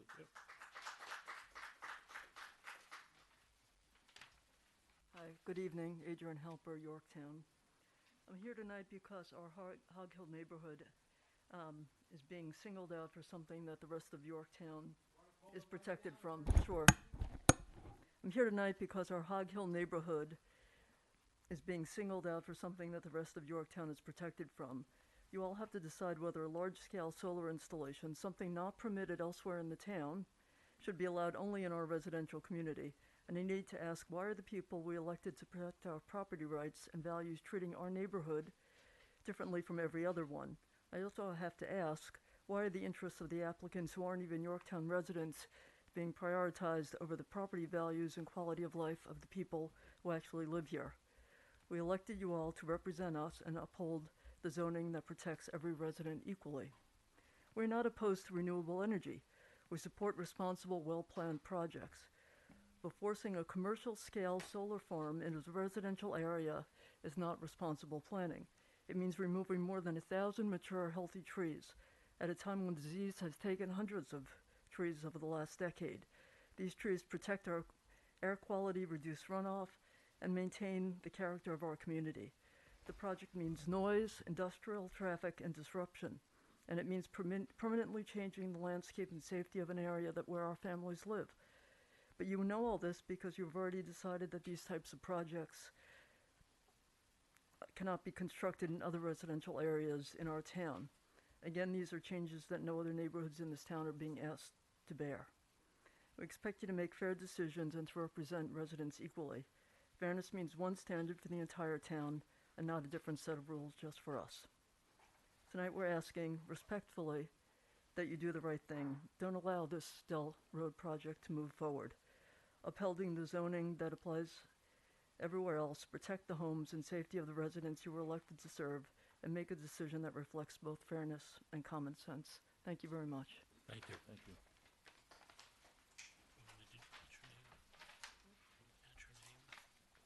Hi, Brian Rosenblatt, Random Farms neighborhood of Chappaqua. I appreciate everything the board is doing to iterate on this law over the past many months. I support responsible clean energy, but I don't think this proposed legislation gets there. This legislation actually reduces protections for residents and neighbors rather than strengthening them. First, the new setback-based screening standards are being presented as an improvement, but they in fact may be worse for homeowners than prior requirements that projects be fully screened when in a residential zone. A setback doesn't guarantee visual protection, especially on elevated sites. Residents can still be left looking at industrial scale solar arrays that are achieved by cutting down thousands of trees in residential neighborhoods instead of prioritizing rooftops, parking lots, and commercial or municipal properties where solar would have far less impact. Second, this law claims to ban large-scale solar in residential zones, yet it then carves out special exceptions for projects like Dell Avenue. The developers knowingly took a risk when they applied for special use permits. They understood they could be denied, and that even if approved, they would be required to fully screen their projects to protect neighbors. This proposed grandfathering gives the developers a new and unwarranted benefit after the fact by weakening the standards the developers originally were subject to at the time they took the risk. This simply shifts the impact onto residents and neighbors. Also, the so-called community solar condition within the law, particularly within the grandfathering provision, doesn't meaningfully offset those impacts. I'd ask Adam specifically, is community solar clearly defined in the law? And what does community solar actually mean for Yorktown residents? As written, it doesn't guarantee any discount, price protection, or financial benefit for the community. It merely gives Yorktown residents a first opportunity to subscribe, after which the project can be filled by anyone. That's not a true community benefit, and it doesn't justify exempting these projects from rules that apply everywhere else. Third, the grandfathered projects would require the removal of thousands of mature trees in residential zones. The Dell Avenue project still lacks a real on-the-ground visual assessment of the impact on nearby homes, only a desktop study. This is simply not adequate for projects of this scale. Add to that months of construction noise and disruption, and the long-term loss of woodland and views, and the cost of the community becomes very clear. If Yorktown truly wants to encourage solar, we should do so in places that make sense: commercial zones, rooftops, parking canopies, and brownfields, and by providing true community benefits like discounted solar pricing, not by sacrificing residential neighborhoods or rewriting the rules midstream for favored developers. I'd urge the board to reject this legislation as written and pursue a fairer approach that supports clean energy without undermining the quality of life Yorktown residents and its neighbors in Chappaqua have, or favoring too well-funded developers. Thank you.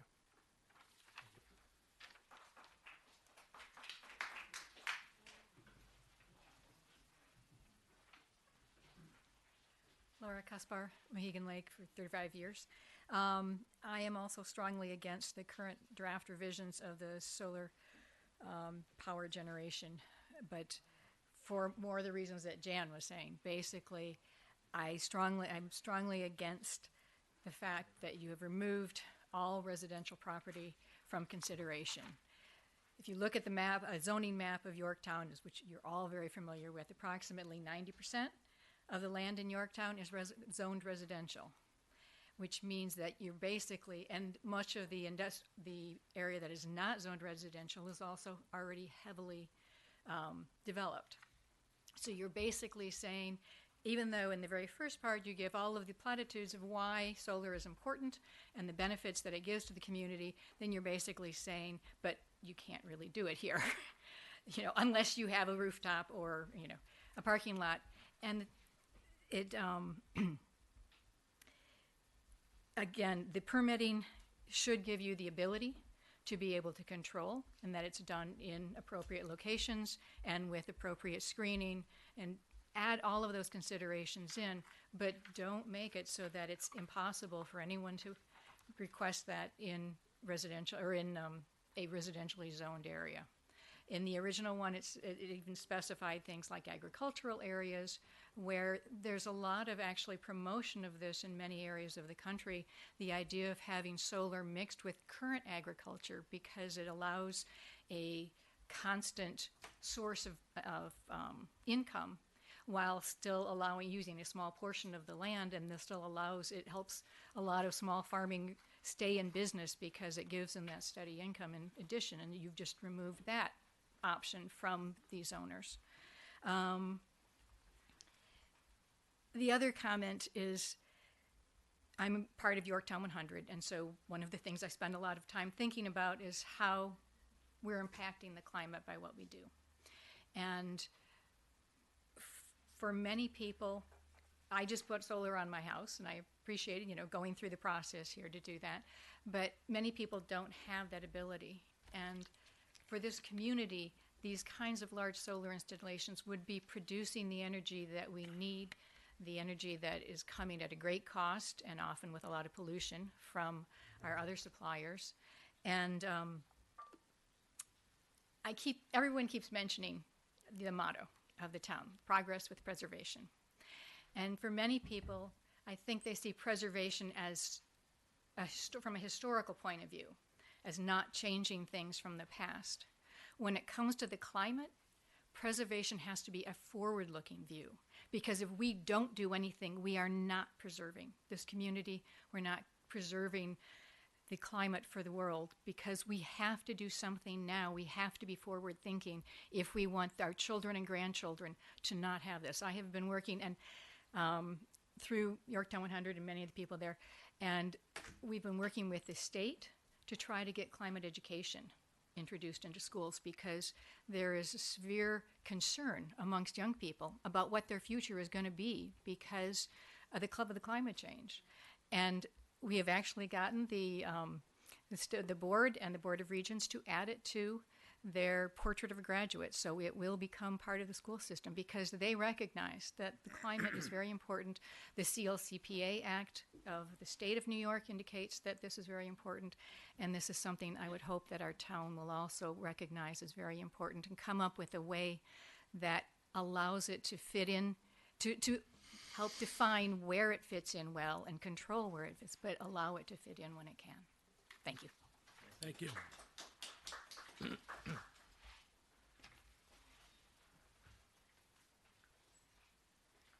Walt Daniels, longtime resident.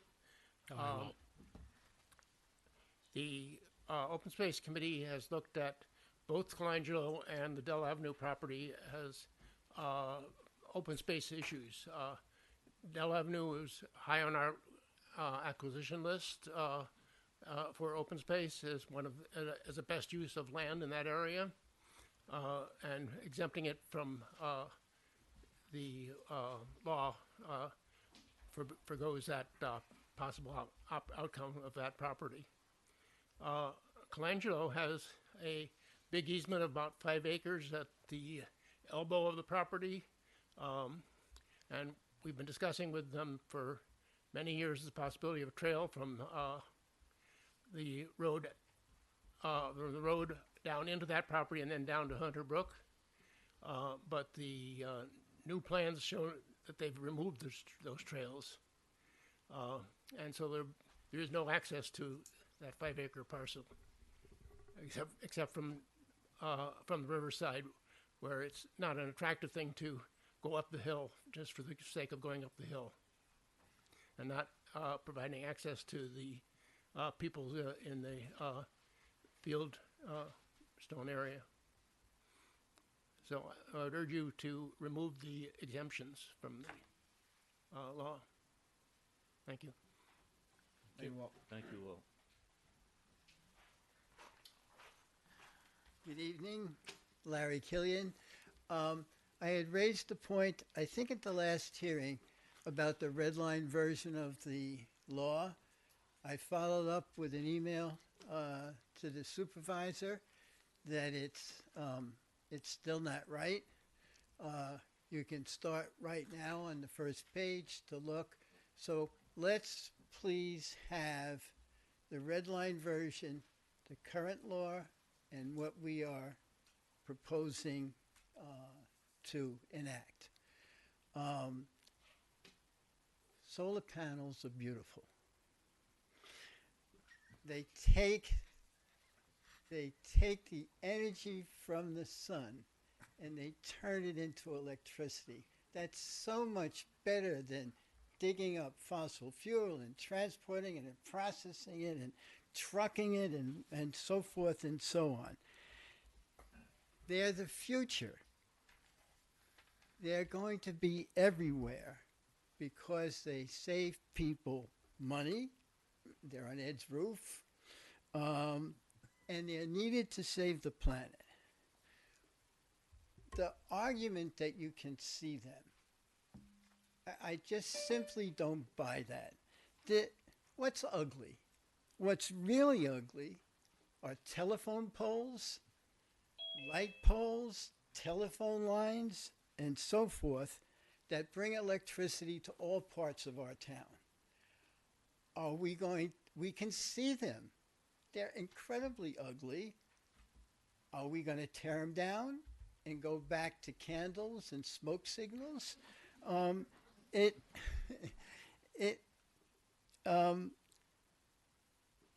Susan had a really good proposal. She spoke about something called a floating zone. Why is that good?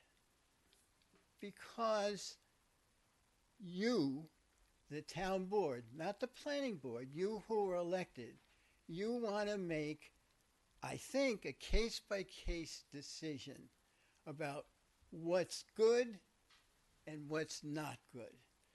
And that gives you the opportunity to do that.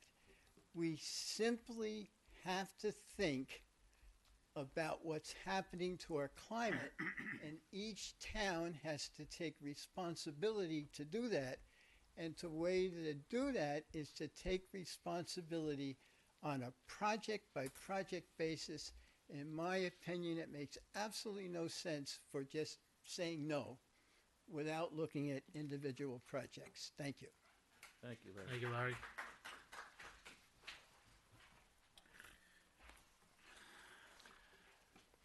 Good evening, Randy Pratt, Wilkins Fruit Farm. Not sure where to begin this evening, as I have spoken to you several times on this issue. The one good thing about the revision to the solar law is that the arrays are prohibited in residential zones. Some of you may think that is strange coming from me, as we at Wilkins Fruit Farm have one of the largest parcels in the town that could support a large solar array installation. Wilkins Fruit Farm believes that cutting down trees and covering our soils and open space and wooden areas with metal structures and solar panels would be a destruction to the land and the open space that we have tended for over 100 years and that so many people enjoy. However, for some reason, this revision of the law, you have decided to grandfather two proposed projects. In September of 2024, at a planning board meeting, a member of the board stated that when reviewing the Jacob Road projects, he stated, "We have approved 4 of these solar array systems, and we have made mistakes on all of them." So why are you set on continuing down this path of grandfathering in these projects? At a recent planning board meeting, the Jacob Road solar project was on the agenda with a revised proposal. Before they went into any detail, Chairman Fahn asked 2 questions. First was if there was any errors in the previous sightline projections as raised by one of the residents. The answer from the engineer was yes. And to what degree, asked Chairman Farn. The answer was somewhere between 10, maybe 15 feet or so in those projections. The other question was about the new site plan that was displayed. The chairman asked, where is the walking path down to the Hunter Brook?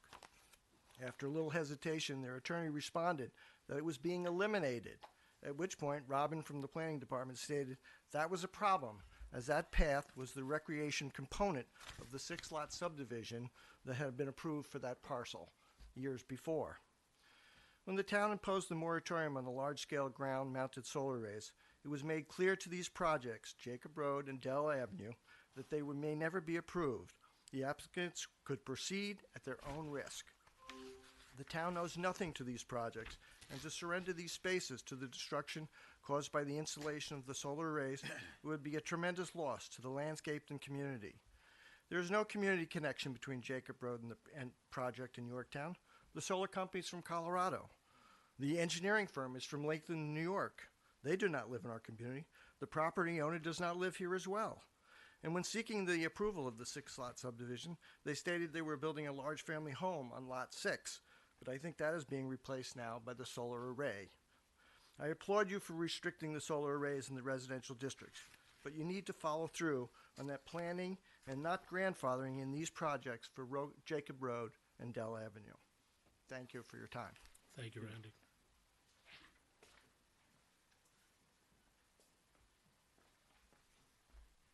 Good evening again, Sarah Wilson. This time I'm here in my role as a member of the Climate Smart Community Task Force, and I would ask the board, I've got 4 pages of comments that we've put together. We just haven't been able as a group to vote on them yet and say, yes, this represents our consensus opinion. So I'd ask if we can possibly have another day or two to submit after the public hearing our specific comments, because they're very detailed, and I would agree it was a little difficult to compare the current version to the what's actually on the books now, instead of just comparing to a prior proposed version. But we've got it ready. We just need to get everyone's approval on it. But I will say, just at a very high level, we disagree with outlawing large-scale solar developments in all residential zones. Each property is unique. The planning board has the expertise to determine which development proposals are suitable and are in compliance with the law as it's currently enacted. However, in the event that large-scale solar is not permitted in all residential zones, we would support an exemption for our local farms. That's typically already cleared land, and as I think Laura mentioned, with the agrivoltaic concept and everything else, solar can provide a steady stream of income for our local farms, which are such an important component of Yorktown. And so, again, we have a lot of comments, but I just wanted to, I'd appreciate if we can have another day or two. Okay, thanks so much. Thank you, Sarah.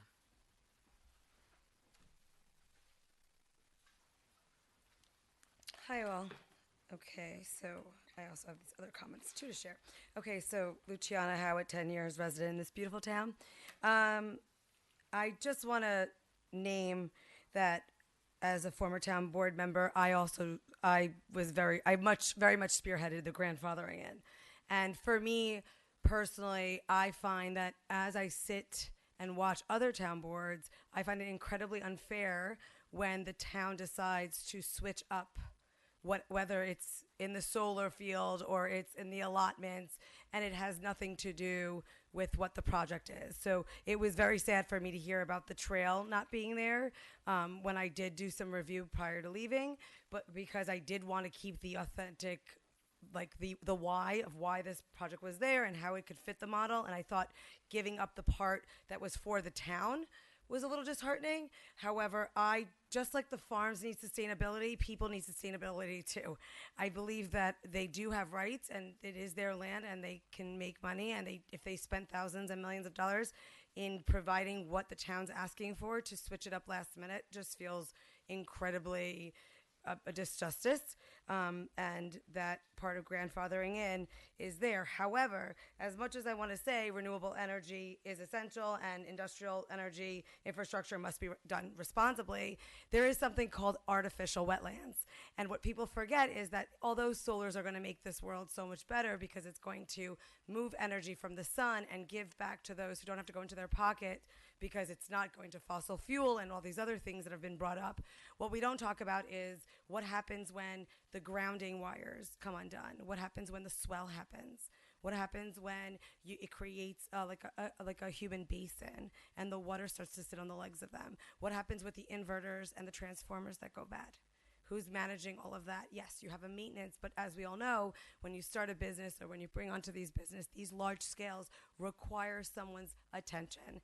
And if they are positioned too close to a home, because it is your home and it is your right to put whatever you want on your land, it can actually create disruptions and lack of safety for your neighbors, including those who live with you in your home. So I'm a big believer that, yes, I think your law is so much better. I think it's come such a long way. I think that you guys have been bringing some real leadership. I know that Susan was an advocate on understanding how to purpose it. You guys have been over it. I've been hearing about the whole grandfathering. Sorry, Lonnie, I couldn't sit with you on this one, but I know where you stand in just community-based positions. But I do want to bring a couple things that I think are important. I appreciate Yorktown taking local control over the ground mounting instance, but can you speak on, is there going to be a law protecting the neighborhood's character? Because I understand we're going to screen it, but when we screen it, we want to make sure that the property values around it and the safety of what is going to be maintained is on notice. So something where the town does have notice for the ones that are here existing, and if the two get grandfathered in, then they have some sort of collection with the town so that they are being mounted. So that if someone does stumble on their land, because children like to wander or even adults like to wander, that you're not going to get stuck in a grounding wire and get electrocuted. Because things like that can happen with these. Another thing is, can you also speak about how we decommission bonds and pilot requirements for the projects? I know that they're paying their fair share, but I want to make sure that in the same thing, that if they default, that financial burden doesn't go onto the taxpayers. Because at one point you can subdivide the property. So if it is on a lot and it's on X amount and it's all lotted as one, and a subdivision comes or a zoning change happens, we want to make sure that this still stays in the care of the owner, that it doesn't get just the ability to sell it off. And then how does the law keep the large commercial solar projects out of the residential zones, but also encourages, roof mountings? I guess you guys mentioned about like over carports and other things, that those are options. You just couldn't have a large scale, because I do know that in other towns, they're coming down with 500 feet variances, even for residentials. And this is only for large scale. So I do believe that this board has shown that they are listening to the taxpayers and also in their protection. But I also want to name that if this is large scale, there is also a way to tighten up a bit on residential, because New York has passed many laws stating that there's anywhere from 300 to 500 feet and the coverage is full-grown trees. And so it's interesting how we're getting so much feedback about how we should make this law stronger. And I understand why you guys want to maybe make it stronger for protection, but why not also then look at the residential? Because we don't have nearly as much coverage as we do in the commercial. I mean, in the residential that we're having now at the commercial. So, do you want these questions? Yeah. Thank you.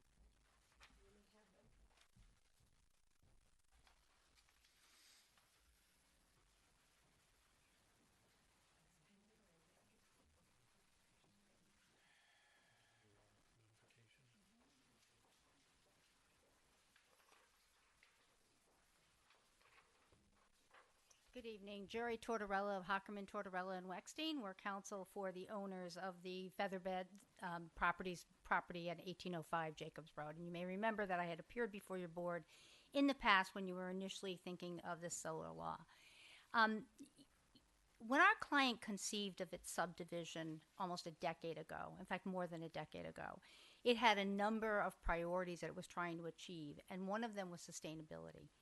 And they had laid out the subdivision so that there would be an opportunity to have solar and agricultural uses on the property, as well as some other aspects, and the public recreational element for the trail. These changes to the law, this new law that you're proposing, seriously impacts the ability to achieve that main priority in the subdivision.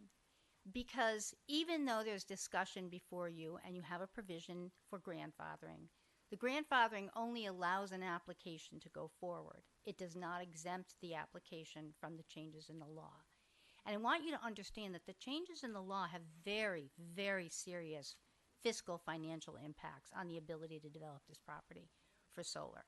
So for people to suggest that you are somehow undermining yourselves by allowing the grandfathering provision are really misunderstanding the impact of the regulations themselves. We would prefer that the law not be changed at all. It's a significant change and it has a significant impact on our client's ability to make the subdivision work based on how it was designed and laid out. But if you are going to adopt a new law, the minimum would be that you would allow that exemption or grandfathering to apply so that the Jacobs Road solar can proceed. I also want to clarify what I think is Are you saying the exemption would also exempt you from the new laws, the new stipulations in the new law? At a minimum, the application should be allowed to proceed. Okay, you shouldn't enact them at all if you're going to exempt them. We would love not to have the regulations apply. I just wanted clarity. I understood what you were saying. I just wanted We would like them not to apply at all, but at a bare minimum, we have to be able to have the solar project be able to go forward. It's only fair. It's only equitable. It's been in the works in the discussion for over a decade. Maybe you only heard about it from the current applicant, but this is something that's been on our client's mind and part of the layout of this subdivision for over a decade. And it's an important element in being able to make the whole project work. And another element of the subdivision was the creation of the trail that would connect some existing areas down to Hunter Brook. When a statement may have been made at a planning board meeting that the trail was going to be removed, I think what was intended to be conveyed was that by virtue of the changes in the law, it required the shifting of the solar array in such a way that it displaced the trail that had already been approved by the planning board. And in doing that, we couldn't have both. But what we have done, our client, the owners, and Freestone, we have developed an alternative layout for the trail. So the trail is not being abandoned. The trail easement will continue on the subdivision. We are just going to have to relocate it in a way that it would work with the solar project. But that wasn't on your plan that you presented to the your last plan you presented to the planning board. I was there. It wasn't there. The trail was removed. You guys pivoted to make your project work, and you took that out. Now you're saying you're putting it back in? So let me clarify. I represent the owner. So I didn't make an application, and I didn't submit a plan, and that was considered at the last planning board meeting. That plan that you're referring to was from Freestone, right? It was the solar company's application. Okay. My understanding is the same as yours, that the trail was not shown there. At the time, Freestone didn't have the ability or the right, if you will, or the authority to commit to where the trail would be located. So the intention is now from you representing the owner and not Freestone submitting their own plan that they shouldn't have, is that the trail is going to be placed back into the plan at a different location, but it will be there. Is that clear? That is correct. So we're talking about a trail easement that would be created. So to Mr. Daniels, to assuage the concerns of the trail committee, that is not being, that will still be a material element and part of the subdivision, of the Colangelo subdivision. It's just that the timing was such that Freestone didn't have the ability or authority to make a commitment for the owner. Understood.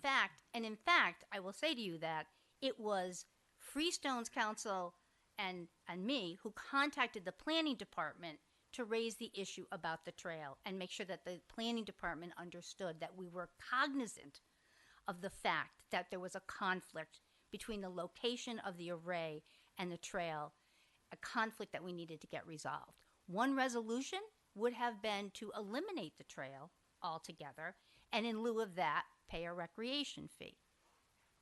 Another alternative was to find a different location for the trail. I want to remind you, too, that there's also a substantial parcel, approximately 5 acres, that is going to be subjected to a conservation easement. So the subdivision itself, which is a conservation subdivision that was authorized by a former town board's authorization, is endeavoring to conserve land as well as create recreational opportunities and, not have a terribly dense development. So with that in mind, I didn't come here this evening kind of to have a discussion about the trail, but because it came up so many times, I wanted to clarify that. No, We appreciate that Yeah, it's interesting. It's interesting that it's not being removed. I mean, that's a huge clarification because it is an issue. And It's an issue with me, and it's an issue with a lot of people here. And to find out that it was a mistake, I understand that people make mistakes. It's okay, but now we understand that it's back in. Yeah, and I'm not trying to say Freestone made a mistake. I just wanted to be clear that Freestone didn't really have the authority to make a commitment for the owner, and the timing was such that it wasn't clarified prior to their last appearance. Understood. Right. And we didn't know where the planning board's direction would be on that either, right? I mean, it's funny, when you talk about it, we were the original proponents of the connection of the trail system. So if we were the ones who thought it up, it was really something that was important to us.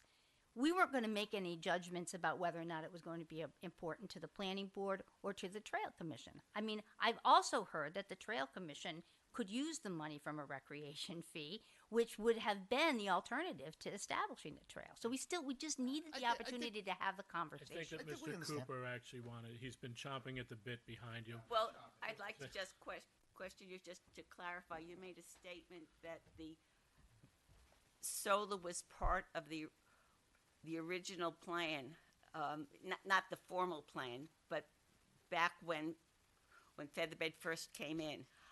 I was at the original. I've been at all of the meetings with this subdivision. My memory may be faulty, but I do not think solar was ever considered back in the original time when this first came in. I can remember the planning board oohed and awed over the first presentation that went absolutely no place, and then over the years and over the multiple revisions, it changed. It was going to be agricultural use. You were going to have college students come in, one plan after the other. And when all of those failed, then solar came. So I just want to clarify your statement, if I heard it correctly, that solar was part of the original plan going back a decade, which I don't believe is accurate. So when I say solar was part of the original plan, sustainability was a priority of our clients, and it came in multiple forms, including solar and agricultural. Agricultural, yes, not solar. Well, I don't know what notes there's I no- still have going back, but I do have notes from. All right, it's neither here nor there. Right, It and was I it was just an wanna original clarify plan. That's what your original wish list may or may not have been. Irrespective, we're here now, and I don't think what your original intentions were have any bearing on the decisions that we have to make, the very difficult decisions that we have to make. So, but I appreciate the feedback and the history. Except that I ask you to keep in mind that when you do a development, to make it work, there have to be certain elements in it. And the solar/agricultural aspects of it were such that they could have financed the development of other aspects of the subdivision. And so it is a material part of what our client's plan was for the subdivision. And these regulations have a deleterious effect on that. So I wanted you to understand that they're not just conceptual. They are real impacts that affect people who are paying taxes in the town and who may not currently reside there but resided in the community for many, many years. And to clarify, we did not have a specific application for solar ever before the board, and I don't want to leave anybody with the misimpression that we did. I didn't say that. Yeah. Just that No, sustainability was interpreted differently. Yeah. Back a decade ago. I accept that. So what we're trying to, we understand it has a deleterious effect, but what we're trying to weigh, or at least I am, I'll speak for myself, is the deleterious effect on the residents that live around it as well. I mean, it's only fair, it's only the right thing and just thing that I have to do is to weigh all the comments. I'm going through it with the cell tower, man. It's a very difficult decision. It's not easy being up here sometimes. And so I understand. So I am personally looking at both sides of the coin because I have to. I ought to. It's my job. And so I understand that there are some negative impacts that you have determined that these new regulations may or may not have. But you know, I'm also weighing the many people that showed up in this room and that are here at I can't see that far, 10 o'clock at night, because they have concerns as well. So we're weighing everybody's concerns. No, I understand that, but I also recognize that the solar law had been amended not too many years ago, and when you look at when someone does due diligence and does an investigation and sees that there were amendments that were recently enacted, it's not common to assume that those regulations will change yet again in such a substantial way. So I just want you to keep that in mind as well. And that, in that's terms actually of the the basis of reasonableness. why there's the grandfather clause in there and what we're looking at. So, but And we appreciate that because we feel like that's a nod towards, you know, a it's consideration respecting the of work the that impact. had come. And you're right. I think, and Walt, you might be able to tell me because I think you were there for the meetings. I think it was like 8 years ago you were doing balloon testing for the solar stuff. Yeah, and about 8 years ago at least.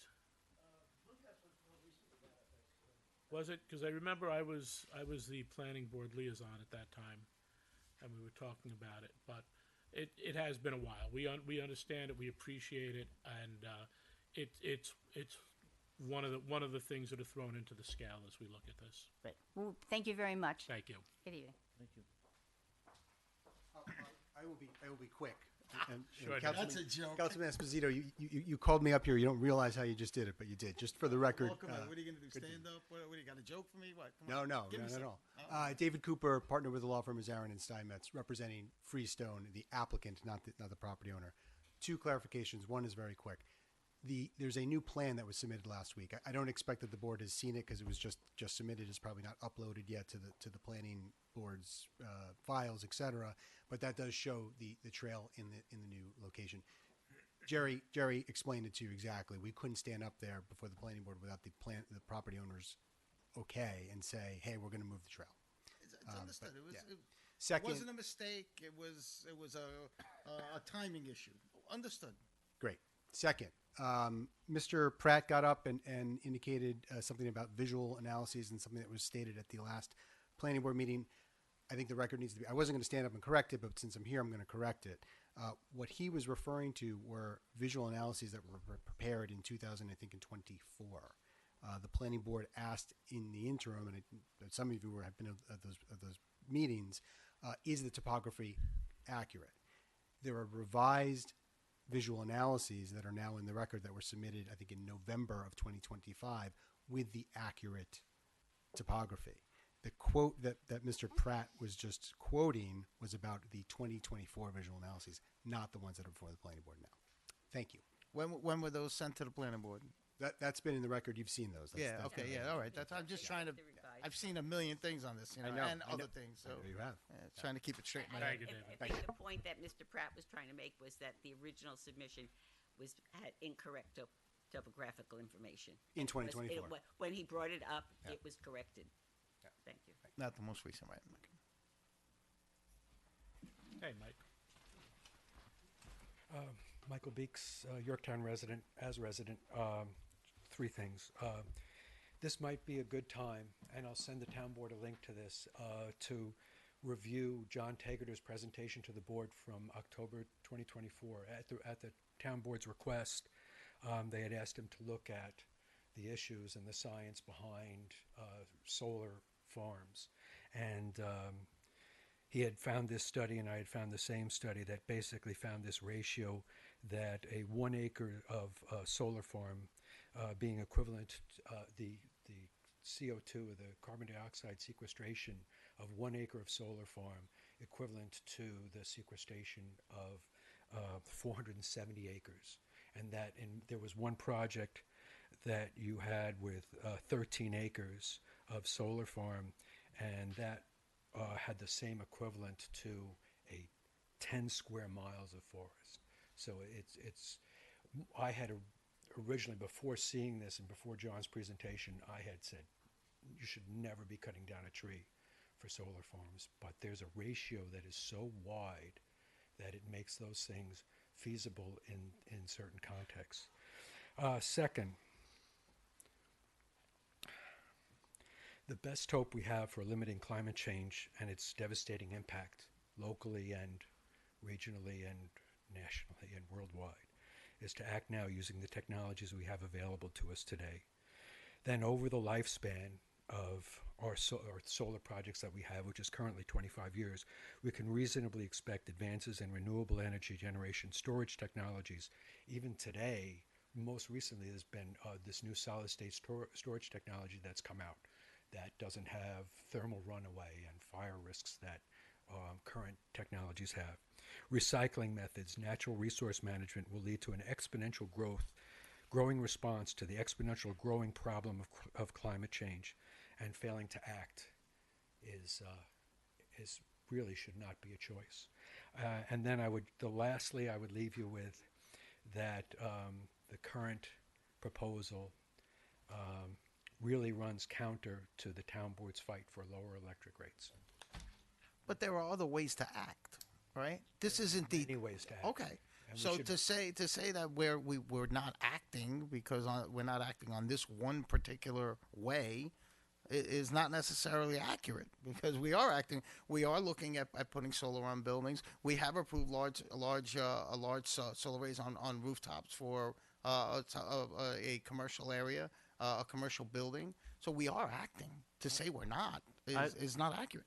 I don't know whether or not he's indicating. I mean, can't speak for the, but I think it's saying more that we're taking away a tool from the toolbox rather than We're taking away options. Right, yes. right. Yes, That's the really way what I it is. interpreted it. That's all. Yeah. Okay. Thank you, Michael. Thank you. All right.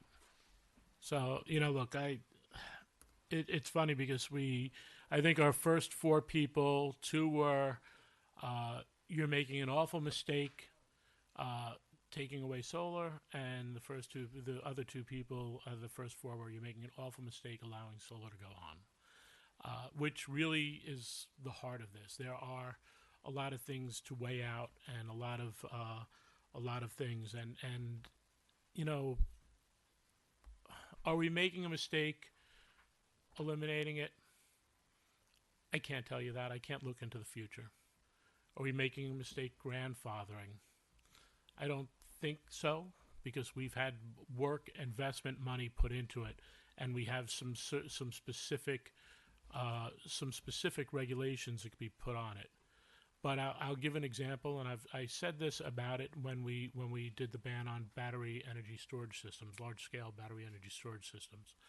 We spoke about the fact that there were a lot of dangers involved in it, proven dangers. Matter of fact, I think it was 2 weeks ago they had another fire upstate in the battery storage, and one of the things I said is that eventually there will be a change in the technology. They're looking at things that, and I think you just said, what is it, solid state batteries, that sounds actually kind of old-fashioned, because I think I used to have that in my little transistor radio. But that being said, things that advances that they are trying to take away those safety issues. And one of the interesting things is that you can always, as a legislator, look back, repeal a law, change a law. And I can tell you, we've sat here and changed laws from decades back. We were talking about things that are decades old that need to be looked at and need to be addressed, because things do change. And eventually we need to eventually we need to figure out, hey, did we really go down the right road? And sometimes you turn around. It was funny because who was it? Larry said how beautiful solar panels were, and immediately to me, I've never seen a poem as lovely as a tree. Jumped to mind. So. And I was thinking, beauty is in the eye of the beholder. There you go. And I think that every time I look in the mirror. I love it. So there are so many facets to this, and you know, is the onus on us to make the decision for forever? And fortunately, it's not, because other boards might sit up here, have other opinions.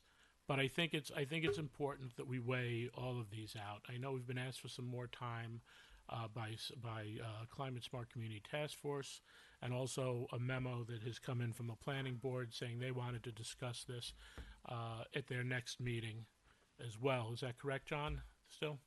Okay. So I know we're going to have a little time on this, but I just there's really a lot in the process here, and I know and I'll talk about the floating zone, because you heard comments today, which was, well, who's a town board working for? And if you do the floating zones, every project that will come up, you will have half of the room saying don't do it, and half of the room saying do it, and the transparency gets lost. So if there's a ban, if there's criteria, if there's a way to go around that, that takes the perceived politics out of it, that might be the best option. So I don't necessarily saying, hey, let every applicant come before the board to look for their spot, because I can only speak for the people I work with now. I can't speak for the people who are sitting up here. I know what the care is. I know what the level is, that, we're here for the community. I don't know who's going to be here in a decade, 2 decades, where it's like, well, for me, it's all about an envelope. Just bring my newspaper to me in the morning, and make sure you bring me a coffee too. I've seen it in my career. When we've built new things in the restaurant industry, and you're told if you want to get it approved, and it might, sometimes it's something good, like you need to buy a fire truck, you need to put up a traffic light. We had that happen with a couple of restaurants. But sometimes there are people that are a little more in the shadows, that to me, unfortunately, takes away the picking the spots by the town board every time one comes up. I just think it opens up a few doors that are really not appropriate. So I know you guys probably have something to say. I think we're going to adjourn, just because we've been asked by planning and by Community Smart, and we could take, I think, you're next week, so maybe we could take another 7 days of written comment. Well, let me just, that's fine, but let me just throw. Oh, right. You can close. So let me you just can close and accept okay. written comment. We're going to close and accept. So just a couple of things. Mike, at the at that meeting that we spoke about carbon sequestration, I also brought up, keeping the option open as far as our farms go. Okay, because our farms have already been clear cut. My articulation on that subject did not pass muster amongst my board members at the time. Everybody thought it was a bad idea. Me, I think it's a great idea, because if you exempt the farms, right, then what you could do is they already have swaths of area that are clear cut. Now, I understand that there's the carbon sequestration calculation, and the carbon sequestration calculation is 10 miles, whatever the number was. What happens if you could do that and not cut down trees? Wouldn't that be wonderful? Farms, right? And to Sarah's point, and something I mentioned a year ago, the same thing would happen is our farms are precious. And let me tell you something. They're not going to survive by growing tomatoes, right? We don't live in a land that's agricultural by nature anymore. 100 years ago, yeah. That's just not the case now. So this would be a way to have our farms survive. But I got shut down, right? Now, the question then went, how are we going to do it? Well, I said, because there are, if you look at our properties, there are areas that are deemed farms that aren't really farms, but they would fall into the farm exemption. My response was, let's name the working farms that are large enough where these things would be critical for their survival. So I don't necessarily disagree with that. You know, I mean, I'm the one that had brought it up a year and a half ago. So maybe that could that could be revisited. Maybe not. I don't know. But the comment that you know, these things, these solar arrays, you know, in residential neighborhoods, they're industrial looking. I took a ride to Foothill. I spent a lot of time doing this, believe it or not, and I took a ride to Foothill. The place looks like an industrial site. It's got the fence is this chain link fence. It just doesn't look nice. Okay, not only that, it's not really looking like it's being maintained. There's some dead trees there. I counted 2 without just at first glance. So to put something like this in our neighborhoods, okay, and I'm not talking about, you know, where we're going to cut down some trees. You're going to come in, you're going to clear cut an entire swath of land to put these in. It's not you're gonna cut a few trees here, maybe take down a couple. No, you're taking them all down. Pick a piece of property. Start with taking everything down. Then you put your solar arrays. Okay? That, to me, is more important and more critical than the way they look. No. I don't think so. But I'm not done commenting. But you could come up if you want. So you know, that's part of the issue for me as far as that goes. Now, I'm more than willing to put that, you know, to look at the larger farms, the larger working farms. I think I counted 7 or 6 that would be viable. They already have cleared land. Somebody made the comment, well, the trees are going to grow back in 30 or 40 years. Yeah, I get it. They will. But right now they're cleared, and right now we don't have to take down more trees. So imagine if you could have the carbon sequestration that you were talking about and the trees and not have an industrial looking thing in our residential neighborhoods, which I'm inclined to protect. You know, there are other instances where you have to take trees down. That's just part of the par for the course when you're doing development, when you're doing stuff like that, when you're looking for, you're balancing the need versus the want, that kind of stuff, right? The solar array, the cell tower is going to be one of them, right? I have to decide whether, but we're not talking about cutting everything down on that piece of property. There are a lot of trees on that property. There are a lot of trees, but we are not clear cutting all of them. Would that be an accurate statement? That would be accurate, okay, all but right, well, but it's fine. also So that's not an accurate statement. You want to go No, back to the 485B? It is or it isn't. I'm just saying. Come on. So for me, you know, that's a big consideration, and like I said, you know, it's a hard decision to make, but you know, personally, I'm not inclined. I like the new regulations, the new stipulations. I'm not inclined to grandfather right now. My mind can be changed. I leave myself open until the bitter end when there has to be a decision. But at this point, you know, based on what I saw, I remember going up to, my daughter went to Geneseo. When I go pick her up, I'd see a beautiful house, this overgrown kind of piece of property that nobody takes care of. That's what Foothill looks like. So, Sergio, I'm just curious. Is it your understanding? I believe it's my understanding. If you either don't like the law for the grandfathering or you don't like the law for the restriction, it's either way. The law has to be changed. We have to do it, but this law cannot survive. The law can survive if it gets enough votes. Well, what I'm saying is, if you say, if let's say enough people agree that it shouldn't be grandfathered, or enough people say that they don't want the restriction. One or the other, the entire law can't survive. It would depend on how you guys vote on it. So you would have to vote on this law and say yes or no. I don't know if you can divide the law into two separate. I wouldn't be dividing I'm it. not- I would what be I'm- voting yes or no on the current Okay, law as okay, written. that's then you're answering my question. All right, Then so- you're so answering the- my question. So and I don't mean to put you on the spot, but you said you're opposed to grandfathering. So how could you vote for this law if the grandfathering provision stays in, is the issue? You just answered your own question. Right. I said you answered Yeah, the question. okay. I have just a few comments. I think I've made my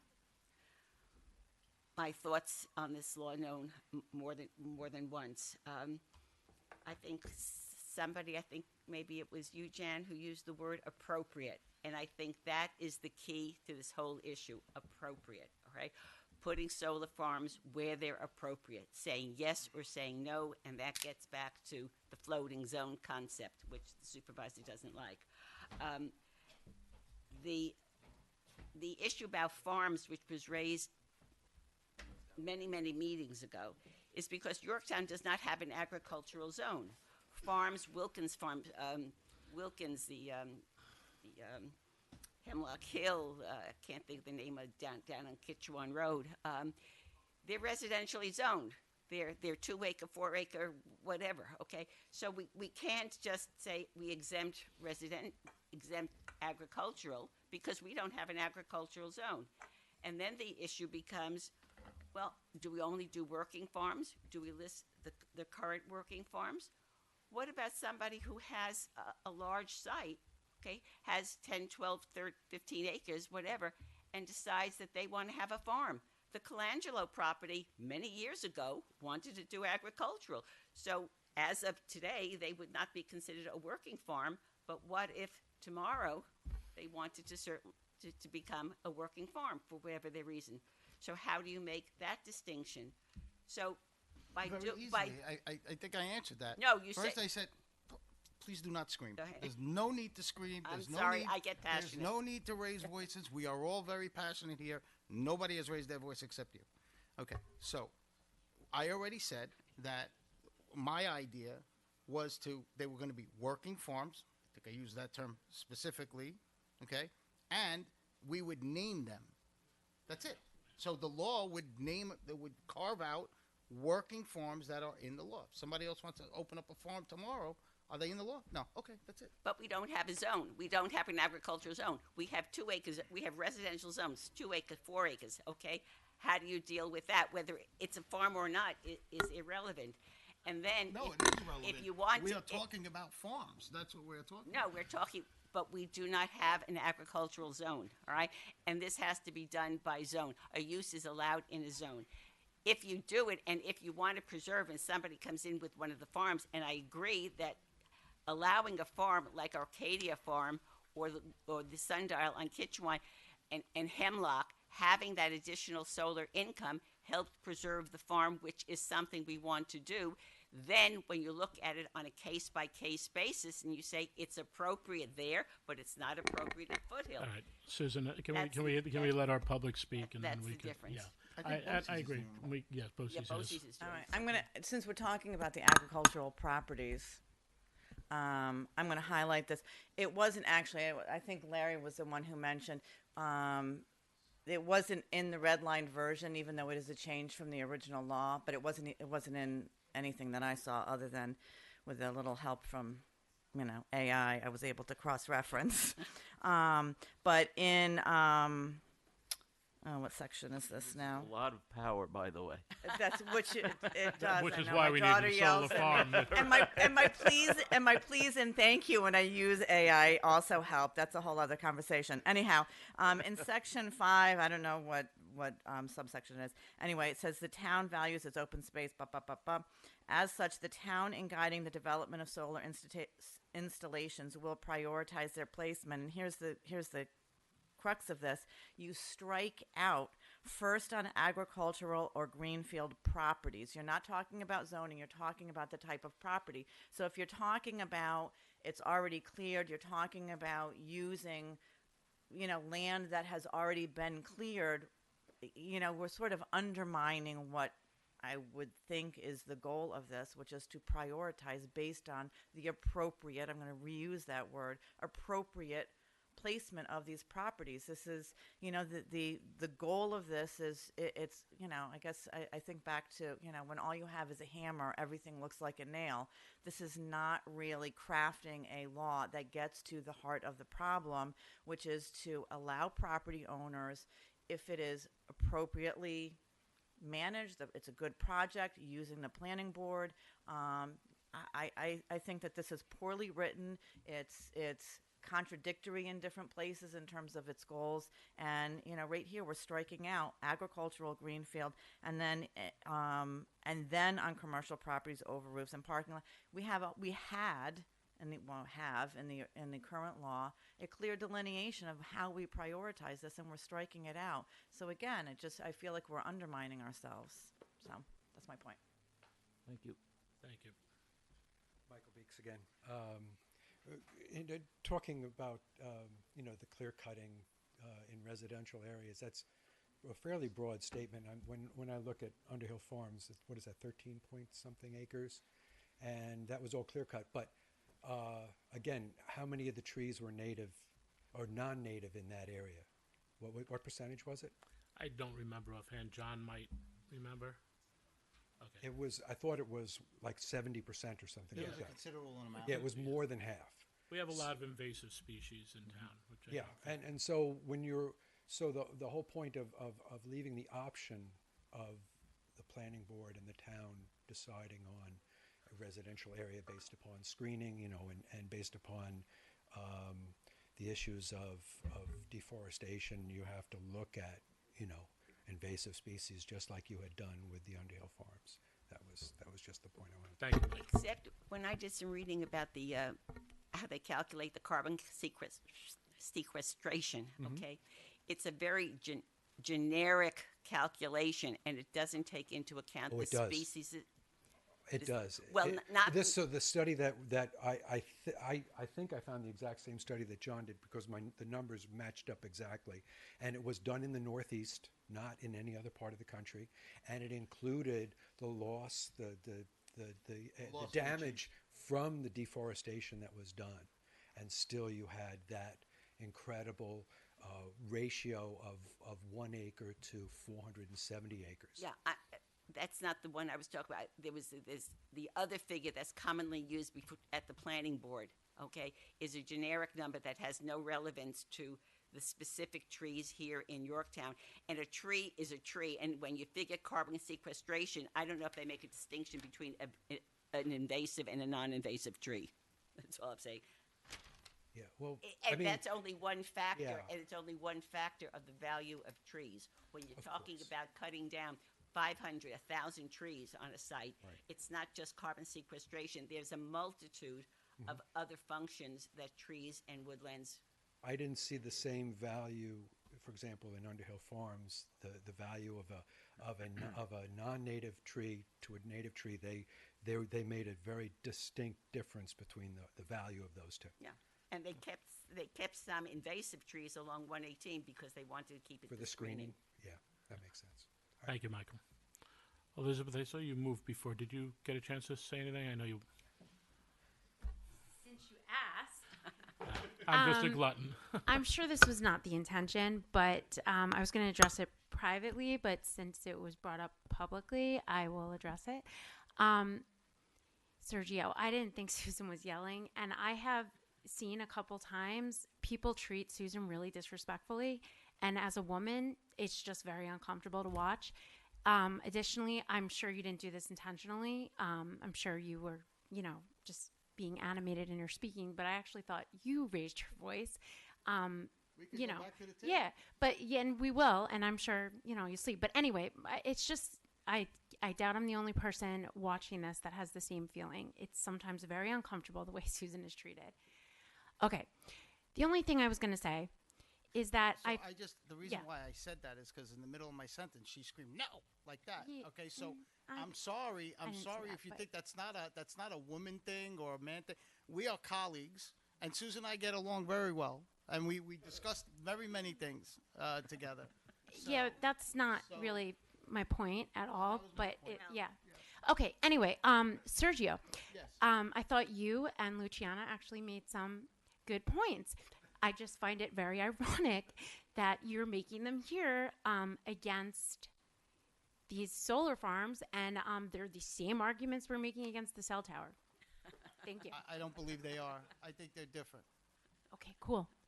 You want the last word? No, I don't need the last word. I'm responding to your sarcasm, is what I'm responding to. So. Well, it was. This is not. That's not this is true. this is Sarcasm not- is when you say it's something that's not appropriate. true. I was being honest. I think it's interesting that you're making those arguments. That's it. Thank Okay? you, Elizabeth. Thank you. Have a good night. Thank you. You too. Good night. So, I'm just teasing you. all right. Looking over. Anyone else? All right. I'd like to make a motion to close, but instead of 7 days, I'd like to leave 2 weeks for written comment. Since you guys have to get together, you have your meeting next Monday, John. So that'll give a week after that if there's any input. So if that's okay with everyone. Motion. So moved. So you're a second. All in favor? Aye. Okay. I want to thank everyone for their comments today on both of the things, the hearing and also the courtesy of the floor. They are very important to our town. They're important issues, and we will keep our focus on moving them forward. For resolutions, folks, I'm sorry, we're gonna folks, if you could take the conversation outside, we're gonna move to resolutions.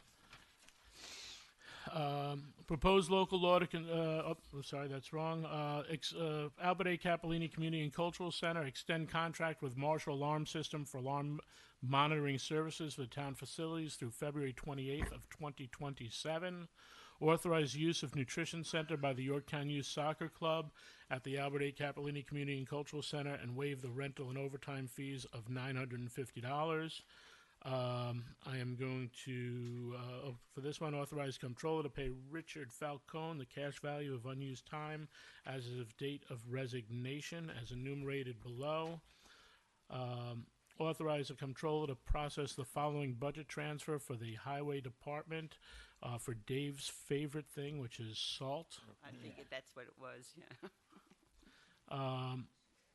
Authorize the comptroller to process the below-listed budget transfers to fund the 2026 workers' compensation annual premium and New York State workers' compensation assessment fees, and that's broken down by the different fund balances for their appropriate departments. From the Highway Department, authorize the comptroller to release the following street opening permit in the amount of $2,000 for 1821 Mohegan Lake LLC. Authorize change order number 2 for Highway Department Garage Addition and authorize comptroller to process the following budget transfer as enumerated below. From the John C. Hart Memorial Library, advertise bid for the replacement of a new shingle roof and replacing some rotted wood siding at the John C. Hart Memorial Library. I have a question on that. Do you know if any of that, the cost is going to be from a grant, or is that going to come out of their fund balance or our general fund balance? Do you know? I will send a text to Yvette. Okay, I'm not saying it obviously Send a text needs to be message to done. I Yvette just Check. wanted to know about where the funding would come from. Here's Yvonne Check. Sorry, thank you. Yeah. And then on the next two. Hey, can you please let me know where the money is coming from for the roof? Question mark. Is that out of fund balance or is that a grant? Library fund balance, or if they don't have a general fund balance. I'm sure she'll. And then the next resolution, didn't we pass that on January 13th? The next two resolutions, actually, the one for the library, which was the grant one, and then the next one on the police department for the DARE. They were on the January 13th agenda, which I'm sure we passed them. I don't know if it was 12 days on the DARE. Was it? Yes. Do you enumerated? have that, Diana? Because I checked the January 13th. I can't really go back and check because I have this. There's no. If we did, there's no harm in. Doesn't matter. Okay. All right, because we did it. It was on their Well, agenda. and there was no objection we'll to the- back check, do it again for the Steely Dan fan. Yeah, let's pass it again. So authorize control to process the following budget transfer for the John C. Hart Memorial Library is enumerated below. Authorize a member of the Yorktown PD to attend DARE training involving 12 overnight stays, February 15th through February 27th of 2026 in beautiful Montour Falls, New York. Authorize 2 members of the Yorktown Police Department to attend a training conference involving 4 overnight stays, May 17th through May 20th, 26, up in Lake Placid. That's like first prize is a week in Philadelphia. I mean, second prize is a week in Philadelphia. Yeah. First prize is 2 weeks. 2 weeks in Philadelphia. But at least by May, most of the snow will be melted up at Lake Placid.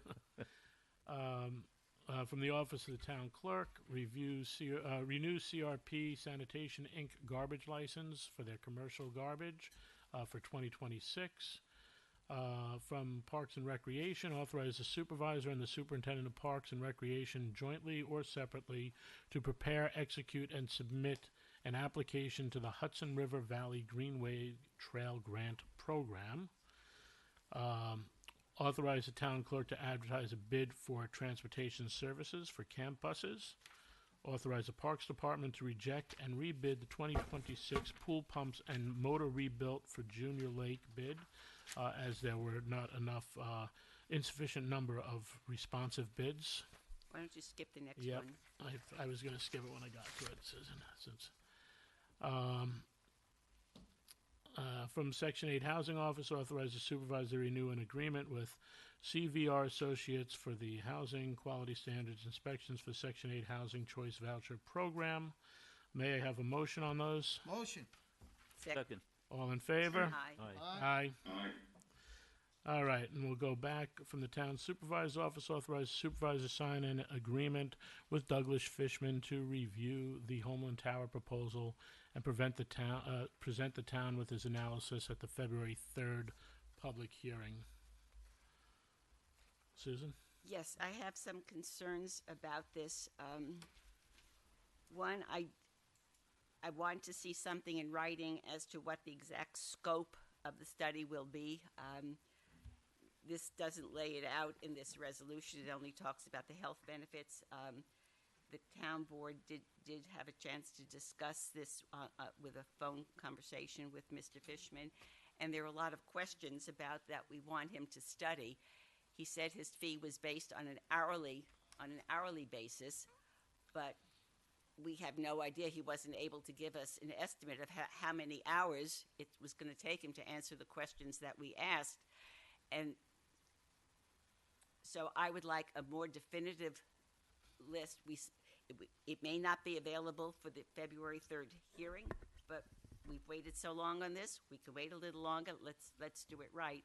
Put together a list of the questions that we want asked, and then go out to Mr. Fishman and also other cell tower experts. Okay, I think we owe it to the community to be as transparent as possible. They have come up with some names. This is not a field that I'm not at all knowledgeable about, but I remember Cityscape, the people who did the original study, and I think that they are considered independent consultants. Let's put down the list and do it. And since the cost is within our procurement policy guidelines, we can do it by informal quotes. We don't have to do a formal RFP request. So that's why I would like to put this on hold. There's no question it will delay something until February 3rd. We will not be able to hire that person, but Mr. Fishman indicated that based on what we asked him tonight, he could do his study in a week. So it would only delay it until later in February to get the results back. And I think we owe this to the community to do it and to do it right. I also think we owe it to the community to give them answers, because there's been quite a bit of crying and clamoring for that. But we also could have done this earlier. Susan, Yeah. please. Thank you. I would say that yes, we probably could have, but I think in the phone conversation, I specifically asked the town board members to talk about the things that they'd like to see. I know you gave him quite a list. There were probably 7 or 8, and the fact that we're concerned that we're going to go over the budgeted amount. The beautiful thing is I have no problem doing a change order on this and adding some more money because it's still under our procurement. And in addition to that, we end up getting reimbursed for it anyway, thanks to the law that was passed when you were the town supervisor, Section 168, was Chapter it? 168. Chapter 168, where we charge back for all of our consultants afterwards, but we hire them so they work for us. That being said, I would really love to not only get some of these answers for the public, I'd love to get some of these answers for the board, because Sergio has a very good understanding of RF and Wi-Fi and all that, but I think the rest of us are pretty novice to it, and I think it's important. I could talk to Sergio, but I don't think that gives me the level of expertise that that Mr. Fishman has, and I think we should personally move ahead. So I'll call it for a vote. Can I have a just so you don't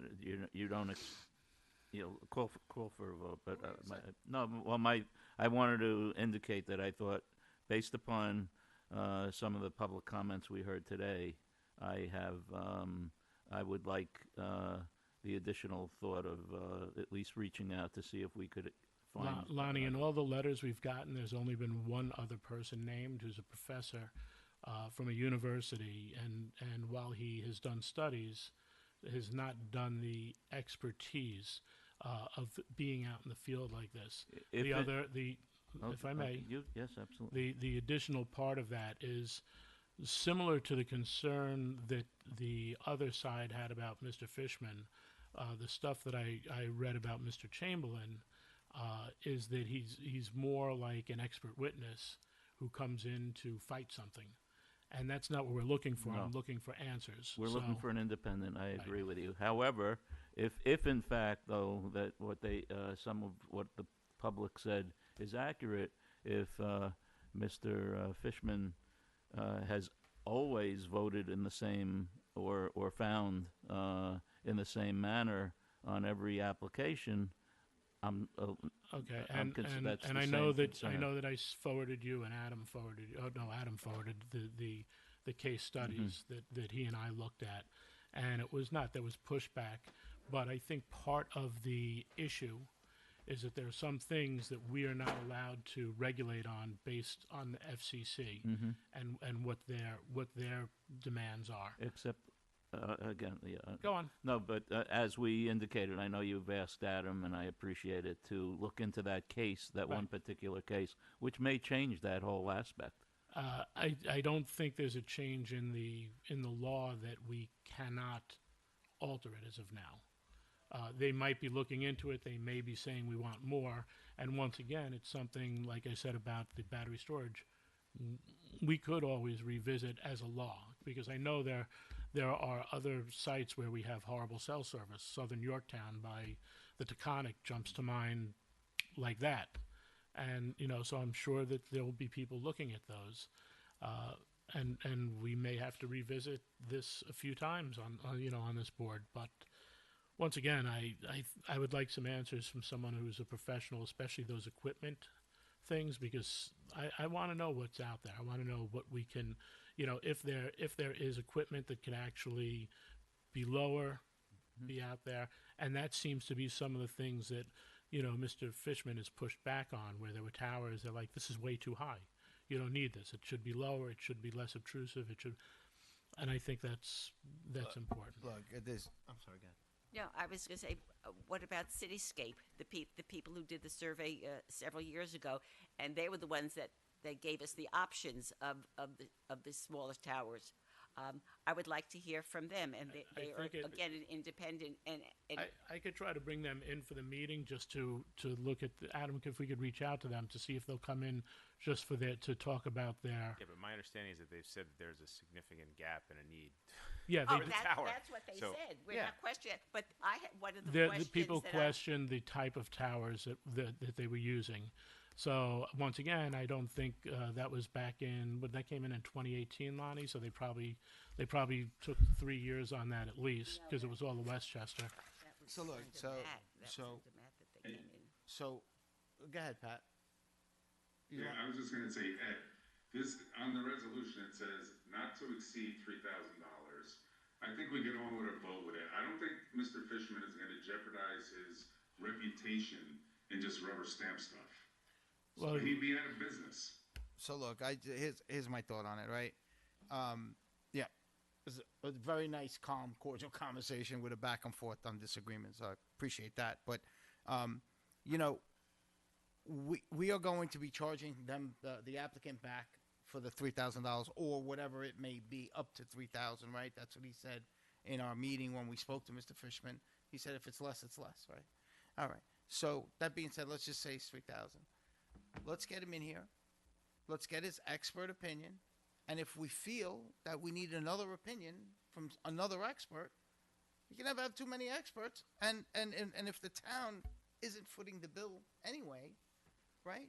Maybe we do that. So we hear from him, and because he's queued up, and he'll have his report back to us, and then we'll see if we're not satisfied, we'll get somebody else. We'll get another buy. We'll get a second opinion, right? I mean, I don't think excluding him altogether is.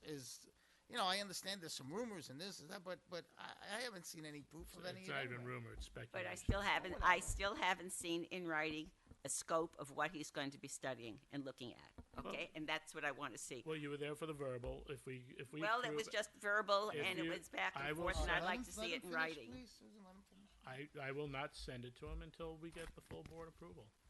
It's easy enough. And I agree with what Pat said in terms of and Sergio just now. You know, if it's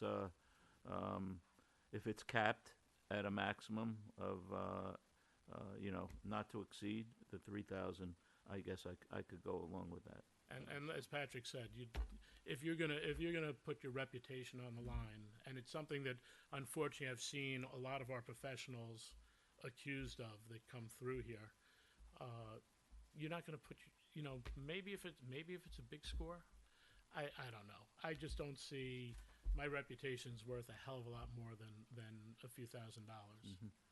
So Well, but it's not that, right? I mean, it is that, but more importantly is he's an expert. Yeah. He's definitely you know, established in the field.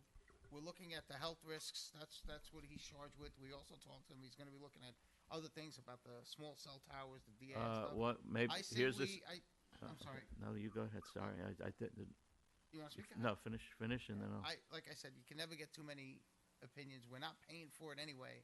So I say we bring him in. Let's see what he has to say. And if we're not satisfied, we seek more help. That's all. One suggestion I have is Ed, you reach out to some of the municipalities. He's already. I think Adam already has Adam, done that. okay, like New Paltz and whatever, and I'll call the mayor of Portchester tomorrow And because I just- think he did something for them. just And, ask, you know, what your feelings were about, you know, what his feelings were. Yeah, so far it's been positive what we've gotten back, but Okay. I'll call. I was on a trip with the Israel trip, study trip that I did was the mayor of Portchester was with us, so Okay. I'll give him a call in the morning. All right, so can I have a motion? Wait a second. You said something about I might. Second. Wait a sec. No, all right. He can't hear you. I It's might delayed. split the difference with my concerns. Because one concern was the quality, was reaching out to more consultants. The other concern was a detailed scope of services. I will give on the reach out to additional consultants if I see a written list of exactly what he's going to be studying, what he's going to be. I just said I wouldn't send it out until you guys gave me a thumbs up. And I want to see that he does that, and he still is holding to his $3,000 figure, because based on the conversations that we had earlier today, we were adding on more items for him to study, which wasn't in his original discussion with you. I'm not quibbling whether it's 3,000, 4,000, 5,000, because as you explained, we won't pay the bill, all right? But I want to know, I'll because see if he has to update the figure. He indicated. He said and- he was very conservative. That's with it. correct. I was going to say that too, Pat. And That he said was what my we talked understanding. about, the scope would fit within the hours. Well, I want to see the scope. So, yes, I will vote for it if I see a written scope and I can approve You a could written abstain scope. then. Do I have a motion? Motion. Well, what is your... Second? Second. All in favor? Aye. Aye. are you going to show us the written scope first? I told you, Okay, I then said I'll it 3 vote for times yes. already. Well, how do you So- vote? I will yes. vote yes with the Okay. understanding that nothing will be done unless Adam, I. could we get that, what we have scope. together for the written scope and try to get that out to the board members in the morning? I would like this as quick as possible, so you guys will have to look it over. Sure. Thank you. Motion to adjourn? Motion. Second. All in favor? Aye. Aye. Aye. Thank you, Thank you, Yorktown. Yorktown, yep.